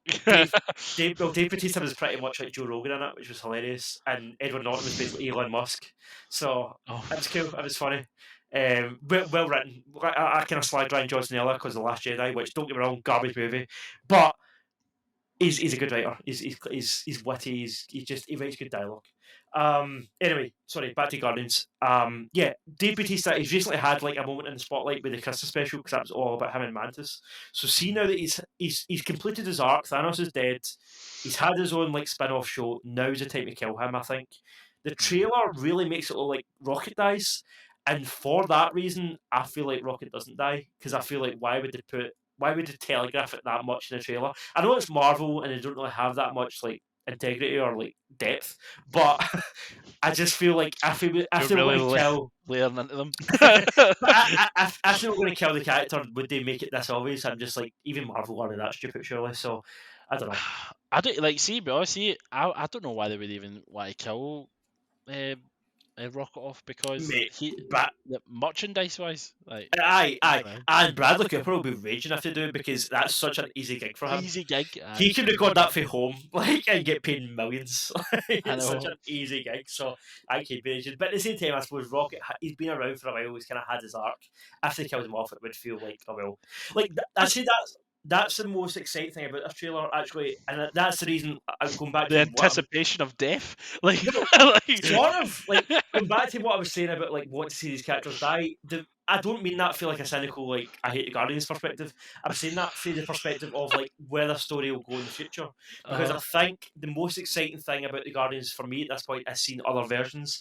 In the comic books, it's not always this lineup. Like there's different members of the right, Guardians. okay. They come and go. Some of them join and leave. Some of them die. So I would. That's what I'm excited for, especially with James Gunn leaving as well. I think if James Gunn leaves and they kill or retire most of this lineup, Hmm. they can then do another movie. Maybe they'll still have Groot and they'll still have something else. I don't know, like You uh, still have Rocket. Rocket. Like still have a couple of them, but then like have a new leading man. Get rid of Chris Pratt and get another new space guy in, and Mhm. get a new relationship going with another space alien lady or whatever. Like Gamora. Like That's one thing. Like Gamora's, I thought Gamora died, yeah, and but just seeing in the trailer.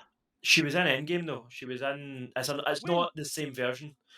So Oh, and right, okay. remember in Endgame they go back to 2014 Oh and she comes yeah. to the future. So she's not the version that's in love with Star Lord and stuff. She still thinks he's a douche, but she's Oh, alive. I hope they don't fucking.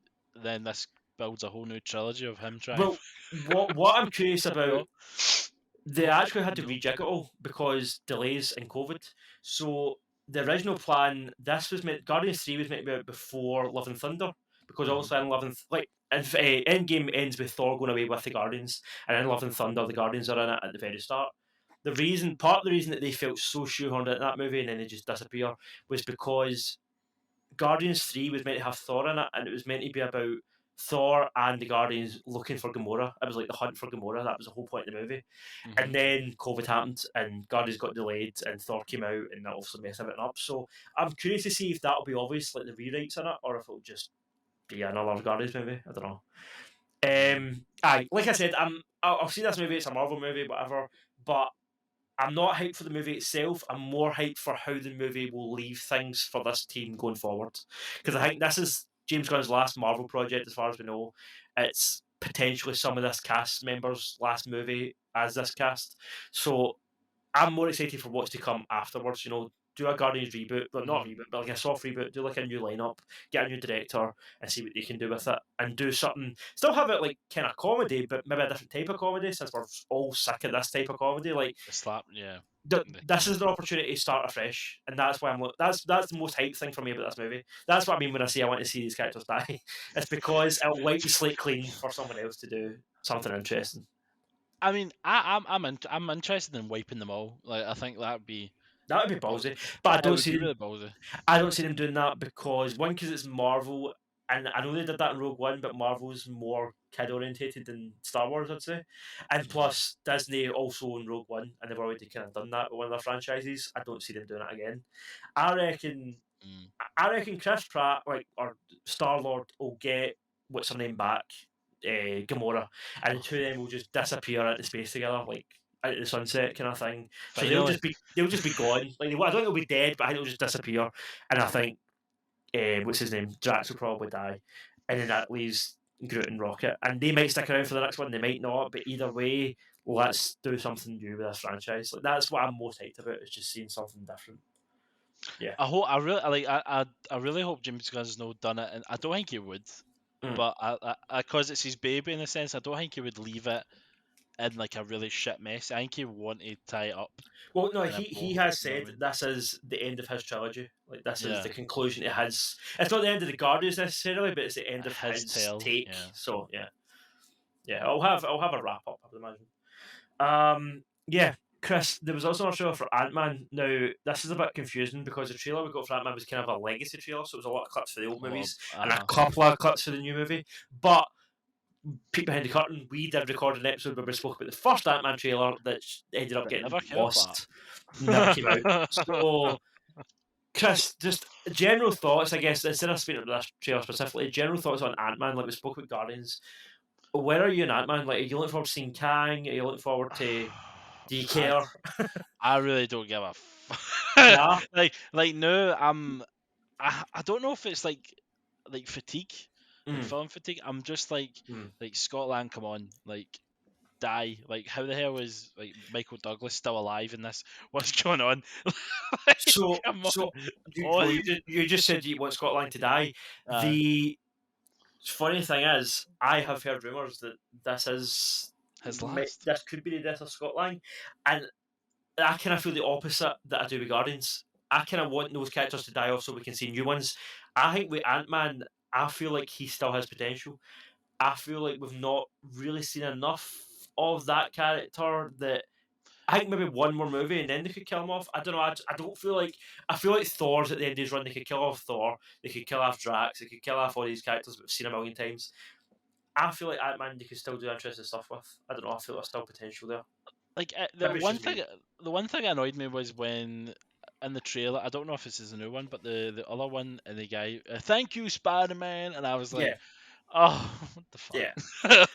Like, But what's going on here? I think so. That trailer, the one thing, although I didn't love that joke, I think this trailer done a good job of giving you that transition from because Ant Man 1 and 2 are kind of goofy, silly movies, and this movie you're introducing the new villain for this universe. Mm-hmm. Like we've sort of seen him in Loki, but this Time. is proper introduction. So you're getting, you're basically you're introducing the next Thanos, right? It's a big deal to do that in an Ant Man movie would seem odd because it's this kind Yeah, of it's jokey just character. yeah. But I think that trailer done a good job of kind of holding your hand and transitioning the audience from this is a goofy franchise to shit's getting real. Like Mm-hmm. things are getting violent, people are dying, like the stakes have jumped up, and it Have didn't. went up. I think if there know that there would never not be a trailer for a movie, especially a Marvel movie. But if there hadn't been a trailer, right, say you just didn't watch your trailers and you went straight from Ant Man 2 to Ant Man 3, it would be like, what the fuck happened here? What have I missed? Like Yeah, that. It would seem pure jarring. Whereas that yeah. trailer sort of set you up for what to expect, ease you into it so that you can then go to the cinema and when people die and shit goes down, you'll be like, oh, well, this isn't that surprising. Like, this feels like, the new Thanos. This feels like a step up. Yeah, because it's interesting in the sense of I thought like Kang is supposed to be ruthless. So Mm. like if you put it in like Jenk, then Hope will die. Jenk maybe Ant Man will live, but like Hope and like Hank Pym will go. Do you think I that's it, reckon. or I reckon even though she's not been in it much, and I love Michelle Pfeiffer, so I don't know what's here die. I reckon they'll kill Janet Van Dyne. really? Yeah, and I know that she's just kind of came into it, but I was I gonna don't know. say, I don't just see kill her Michelle after the Pfeiffer. second I don't movie. see Michelle Pfeiffer sticking around. Like, I think Yeah. she's Michelle Pfeiffer. Do you know what I mean? She's like an icon. She doesn't need to stick around. Yeah. She's probably just done this for like a wee laugh and knew she's a part of this big universe. She's probably quite happy for Michael off. Like, I don't know. I can see both Michael Douglas and Michelle, either Michael Douglas or Scott Lang, either Hank Pym or Scott Lang dying along with Janet Van Dyne. But don't know. It's They just a could guess. die together. You know, like he Yeah, could be like killing like Michelle Pfeiffer, the and two then the Hank two of Pym just them, goes with killer. You know, or the two of them maybe save Scott Lang for dying. You know, like the two of them it giving could be. themselves to some. It's Marvel. It'll be cliche Do anyway. you think However they do it. But Jank Hope still got leverage in the world? Do you sure. think I mean, let's be honest, she's always been a pretty much a side character. I think Hope would benefit from appearing in someone else's movie or someone else's show that's not Ant-Man. Like, bring her into, like, I don't know, She-Hulk? like season 2 of She-Hulk, aye, or just something, like anything, just expand the character. I don't think she's, I wouldn't really want to see her own show being given to her, but Mm, I don't feel like she's compelling enough. But put her in yeah. someone else's show and expand her that way, like they done it with Falcon. Like Falcon only appeared in other people's shows up until his own show, and by that point you knew the character and you were on his side and you were like you were invested. I think that's how you do it. Do you know what I mean? With characters like Hope. I don't know. Jank Kang, Jank people understand how powerful Kang is, or Jank they've I either don't just I don't think they do, and I think I think that's actually a benefit. I think that's a good thing for Disney because they can use that to shock the audience. I think they can sort of rely on the fact that he's this kind of not as well known villain. Comic book fans know how much of a big deal it is, but the general public don't. So I think they can mm, use that to kind of make people in the theatre go, "Oh, holy shit, this guy's like means yeah. business." This guy's Yeah. like, yeah, I think that's Especially if he kind of kills what they're off like relying on.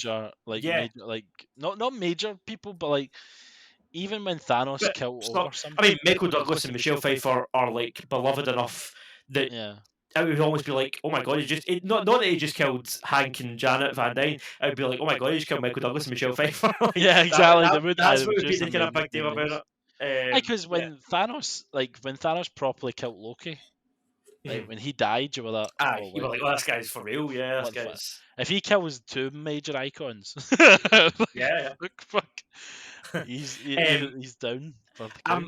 I'm I'm more looking forward to this than I'm Guardians 100%, and I'm very Mm, much looking forward to seeing Jonathan Majors' step into it. role. Yeah, Yeah. because I've actually got a video essay coming out about this, which will be up maybe before Christmas. In fact, I think this week, so I might if the video essay is uploaded by the time this episode goes out, I'll link it. But the whole thing was about like, can Jonathan Majors, as great of an actor as the guy is, can he step into those shoes because it's a big set of boots to step into? You know, Thanos, Josh Brolin, this whole like how much people loved Infinity War, like it's a lot to live up to. I know, but he had like Josh Brolin had a lot of build up though. You know what I Yeah, mean? He's been shoved into this, that's so it's like that's the other thing. That's the it's other like reason that I'm like, can he, not even through any fault of the actor, can the character live up to the other character? But regardless, I'm excited to see. Like, I want him to be able to live up to it, and I'm excited to see what he does because, like I said, I like the guy as an actor. I think he's really good. it did So capture me on like see when I was watching the Loki, it did yeah, kind of steal the show when he was yeah, in there. still that scene You're totally. like, all right, okay, so if he's like this all through the movie, he'll Yeah. steal it, and you'll be rooting for him. You know, And I also think it's probably quite exciting for him as an actor because there's so many different types of Kang there's so variants many. that he can do. Like he can do a theatrical, over the top version. He can do a brutal, ruthless version that's pure violent. He can do. He can even do like a good guy version. You know, he's got so many options that. I mean, I guess it's up to the writers, but you know, he can. It's not just playing a villain or playing a hero or playing. You know, there's that many different versions that you can kind of. It's probably quite exciting for an actor, I would imagine, coming into it. But yeah, I know what's good. Right, so what's left? Last was Indiana Jones, Ant-Man, Guardians, Bloody John, the man that doesn't die, Wick. John Wick. On tick. Um, John Wick 4. Listen, see the fact that this is John Wick 4 and I'm still like, let's I'm go. buzzing for it. Like, Aye. that alone is impressive. Like, good on them for Like keeping that going. Like, I'm shocked at how enthusiastic I am towards this. I think it's partly because it's Keanu, obviously. Oh yeah, It's it's partly definitely. because the choreography in it's so good. Just watching him be a total badass and just the way he reloads guns and just throws It's the knives into fact that people's it's heads, him like though. it's It's like so quick. Yeah, and the fact that he can do it all. Like it's not a stuntman, it's not I think CGI. that's Like what makes it like you love him a little bit more because you're like 'cause you're like, oh he's yeah. actually getting his ass kicked.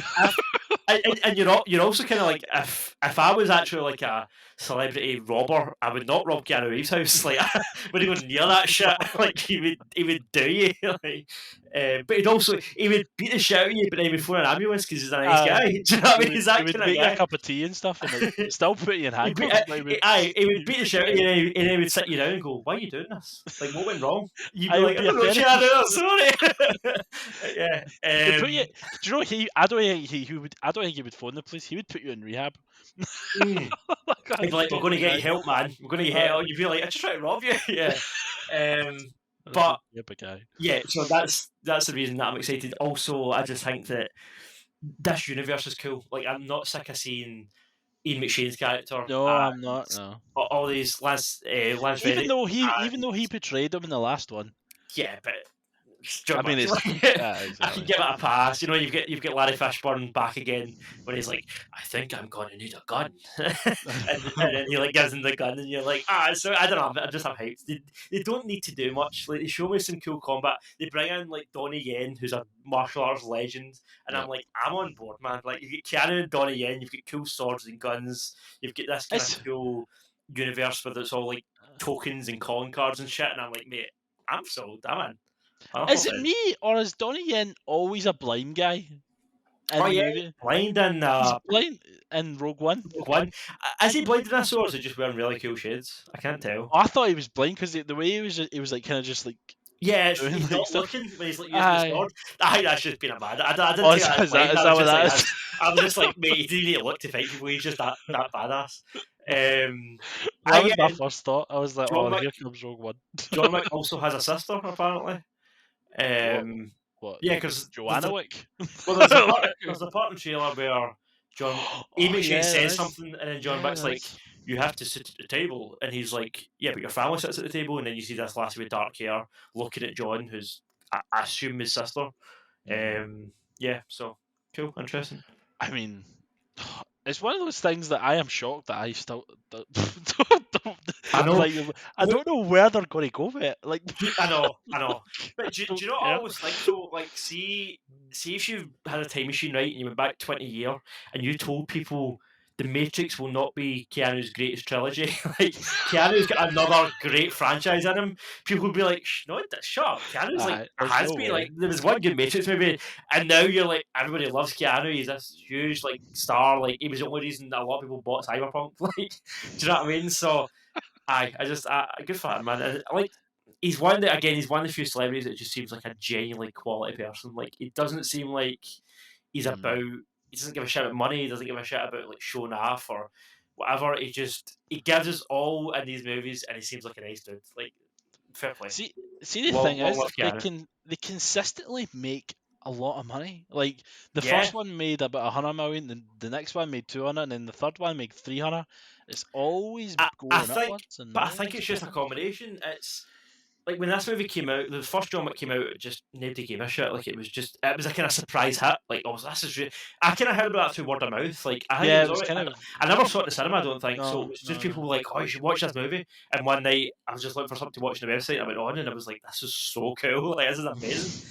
And then since then, they've just kind of expanded on it. So I think it's like at this point, it's like franchise recognition. Like, as a guy in a cool suit, played by Keanu Reeves, doing the same combat, and it's you know what you're getting. Like, it's not. Yeah. You won't be I don't know, disappointed. yeah, like you go in expecting something badass, you walk away enjoying it. Like you don't need, I don't know. There's not that much. There's not going to be any twists. There's not going to be any like real like lessons learned from watching this movie. It's not that kind of. It's not an Oscar movie. It's a good time. It's just a fun, slick, cool movie. Lessons learned. But you know what I mean? Like an Oscar movie to try and be like, oh, it's all about family or it's all about whatever. Well, you never know. We might learn some karate moves. Yeah. That's my hope How for how any to movie defend your watching how that. to defend your Yeah. dog from strangers, I guess. Yeah. What's the easiest move that he done that I could pull off? But I do think there's a lot of goodwill as well that carries the commercial side of these movies. I think a lot of people go to see us just because they like Keanu. Like Yeah. it's Keanu, he's got a cute dog, and he's a badass. What You could you don't want? need to. Yeah, I think that the movie kind of sells itself. Do you know what I mean? So I think that's why it's so successful. But Did it make more money than the Matrix Resurgence? oh yeah, I think so. It, I think it the movie did. sort of bombed. I think Oh, it did. the last movie sort of Matrix movie sort of bombed. Oh my god, I can't believe But that. to be fair, the Matrix movie itself wasn't very good. Yeah, it But was crap, but like it's still a but Matrix movie. no, but the reason it flopped wasn't necessarily that movie's fault. It was because Warner Bros. Made a total balls of their release schedule. Because remember, they were like, and during the pandemic, they were like, "Don't worry, everybody, all of our movies are coming straight to streaming," and it was like, okay. And then Wonder Woman 84 was shite, and because they put it straight to streaming, no one went to see it because why would you? It was shite. And then the Matrix, like I think that was in the cinema for like a week before it came to streaming. But like Mhm. it's the fourth Matrix movie. The trailers didn't look great. The only people really going to see it were Matrix fans. So obviously it's not going to make money. Like I don't know. It felt that didn't. I don't think that movie lost money because it's a bad movie. I think it lost money because Warner Bros. Don't know how to run a company. Like I Yeah. feel like that's the main issue. But yeah. Point. Do you think Chapter 4 is the last one, or Jenky's going to try and get into double digits? Jenky's going to Oh, go for Chapter 10. Like, what do you think I he's well, going to I do? think like you were saying earlier about who was it you said walking away, Mandalorian. I Mandalorian think I reckon that this will be going until Keanu wants to says walk away. enough. But I think is Lionsgate into it that make it? I think Lionsgate will want as many. If Keanu was up for doing 12 of them, Lionsgate would make 12 of them, like 100%. I don't think unless you stop making money, you know. But at the Aye. minute, you know, with how popular these movies still are, and there's four of them. I don't see them slowing down unless Keanu says like enough's enough. I think that's that'll be the point. Because I think you even mentioned that in one of the movies. He said like, I'm up for doing as long as the audience wants to see it. I'm Yeah, up for doing it, and I'm like, that's well, cool. that could be a long fucking trilogy. Yeah, So way better than the Matrix. Like you've Well, got that's the thing. 10 chances to make a brilliant movie. But that's You the know, thing, though. It's easy to say that now when we've already had a solid trilogy and the new one looks pretty great. What if John Wick 5 shit? What if John Wick 6 is shit? I think how can it be shit? I'm but I'm just saying people are fickle. So see if Yeah. say something happens with like it might not even be any fault of the movie. It might be like a director drops out, a director gets ill or falls out with somebody, and then they have to bring someone else in last minute, and then it makes a shit movie. Like that in of itself could kill the kind of The momentum hype. of the franchise, and then that could be a so movies and audiences are so fickle that it could just change like that. And I'm not saying because of Keanu, I'm not saying because like people are always going to want to see these movies for the combat and for whatever. But I just think that there's a tipping point. It's happened with Marvel. Look at Marvel. Nobody thought that Marvel would get shit. Everybody would be always hyped for it, always Yeah. excited. And Phase 4 has been Off. Well, Mm, not at undesirable. best, it's been middling. It's been mediocre at best. It's definitely had ups and downs. Like it's not been consistent. Because that's like Marvel. It was kind of like every movie and every show was a slam dunk, and Yeah. at this point, it's kind of like you don't have that guarantee anymore. It's You're going weirdly into sliding away. It's you're no. going into Ant Man, you're going into Guardians, and you're wondering to yourself, you're like, will this be one of the good ones or will this be one of the bad ones? Like that question never crossed MD's mind before. So shit changes. There is a tipping point where people are just sick of seeing I don't know. the same shit, and that's kind of how I feel about James Gunn.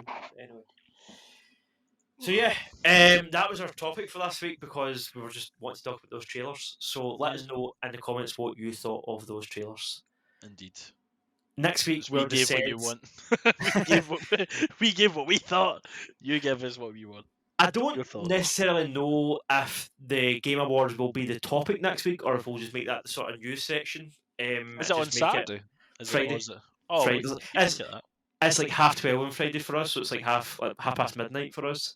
So we'll Oh. basically you'll either see it Saturday night before you go to bed, or Friday night before you go to bed, or Saturday morning when you wake up. You'll see all the trailers, I guess. But if we're recording on Saturday whether it's Saturday morning or Saturday night, we'll be here to talk about it. We'll break it all down and we'll talk about. We'll give us our thoughts. Actually, do you know something? I'm quite excited for this because one, it feels like we're getting quite a lot of big reviews for the Game Awards. Like normally, Game Awards, it's kind of like you don't get as big reviews, but I mean, the new Star Wars game plus a new Kojima game, that's two pretty huge games. So that alone, plus the fact that I sort of feel like because I'm reviewing games and also keeping up with all the news and shit, and I've got this release schedule in my head for all the games that are coming next year, like Forspoken in January and whatever in February and whatever. There's stuff that I still don't know about that I feel like I'm going to know about this time next week, and that's exciting because when you're so close to it like this and you know everything that's coming and you know what studios are, I pretty much know what every studio is working on. It's nice to have a surprise and just be like, oh Jesus, this studio are making this game. There's a new trailer, so I'm hyped for that. I'm just looking forward to seeing something kind of unexpected. So hopefully it won't be shit. Forward. But well, listen, hopefully, if it's shit, we'll tell you. We'll be here. We'll still be here. Like we'll still rip it in the arsehole if it's shit. No pressure, Jeff. No pressure, Jeff. I like Jeff Kelly, man. He's got a good attitude. Anyway, yeah, thanks for joining us. Thanks, Chrissy, for recording with me on Monday night, a weeknight. It's weird doing a weeknight, but hey. It feels like a job now. It's like time to go to bed. Yeah, like I said, I'll stick all the links in the description below. But yeah, stick around. We'll see you next week. Me and Courtney are going to do for our consideration, and we're going to talk about those movies that I mentioned earlier. Look out for that too. And subscribe, like the video. Oh shit, I meant to do this at the start. Apparently, there's way more chance of people actually doing it if you do it at the start. But hey, we'll do it next week. Yeah, that's apparently. Really weird. Like, hello, welcome, subscribe. I know, but I think topic audience is being fickle. Like, no offense to people, but I feel like a lot of people don't watch past the first 10 minutes. You know what I mean? You need to get them in that 10 minutes. But anyway, this is all behind the scenes chat. We need to edit our podcast then because the juicy bit is always in the 50-minute mark. Yeah, it's always right in the middle when we're getting a bit loose and we just say something outrageous. Yeah. But hey, so yeah, we'll be back next week. Cheers, all the best. I'll stop rambling. Good night. See ya.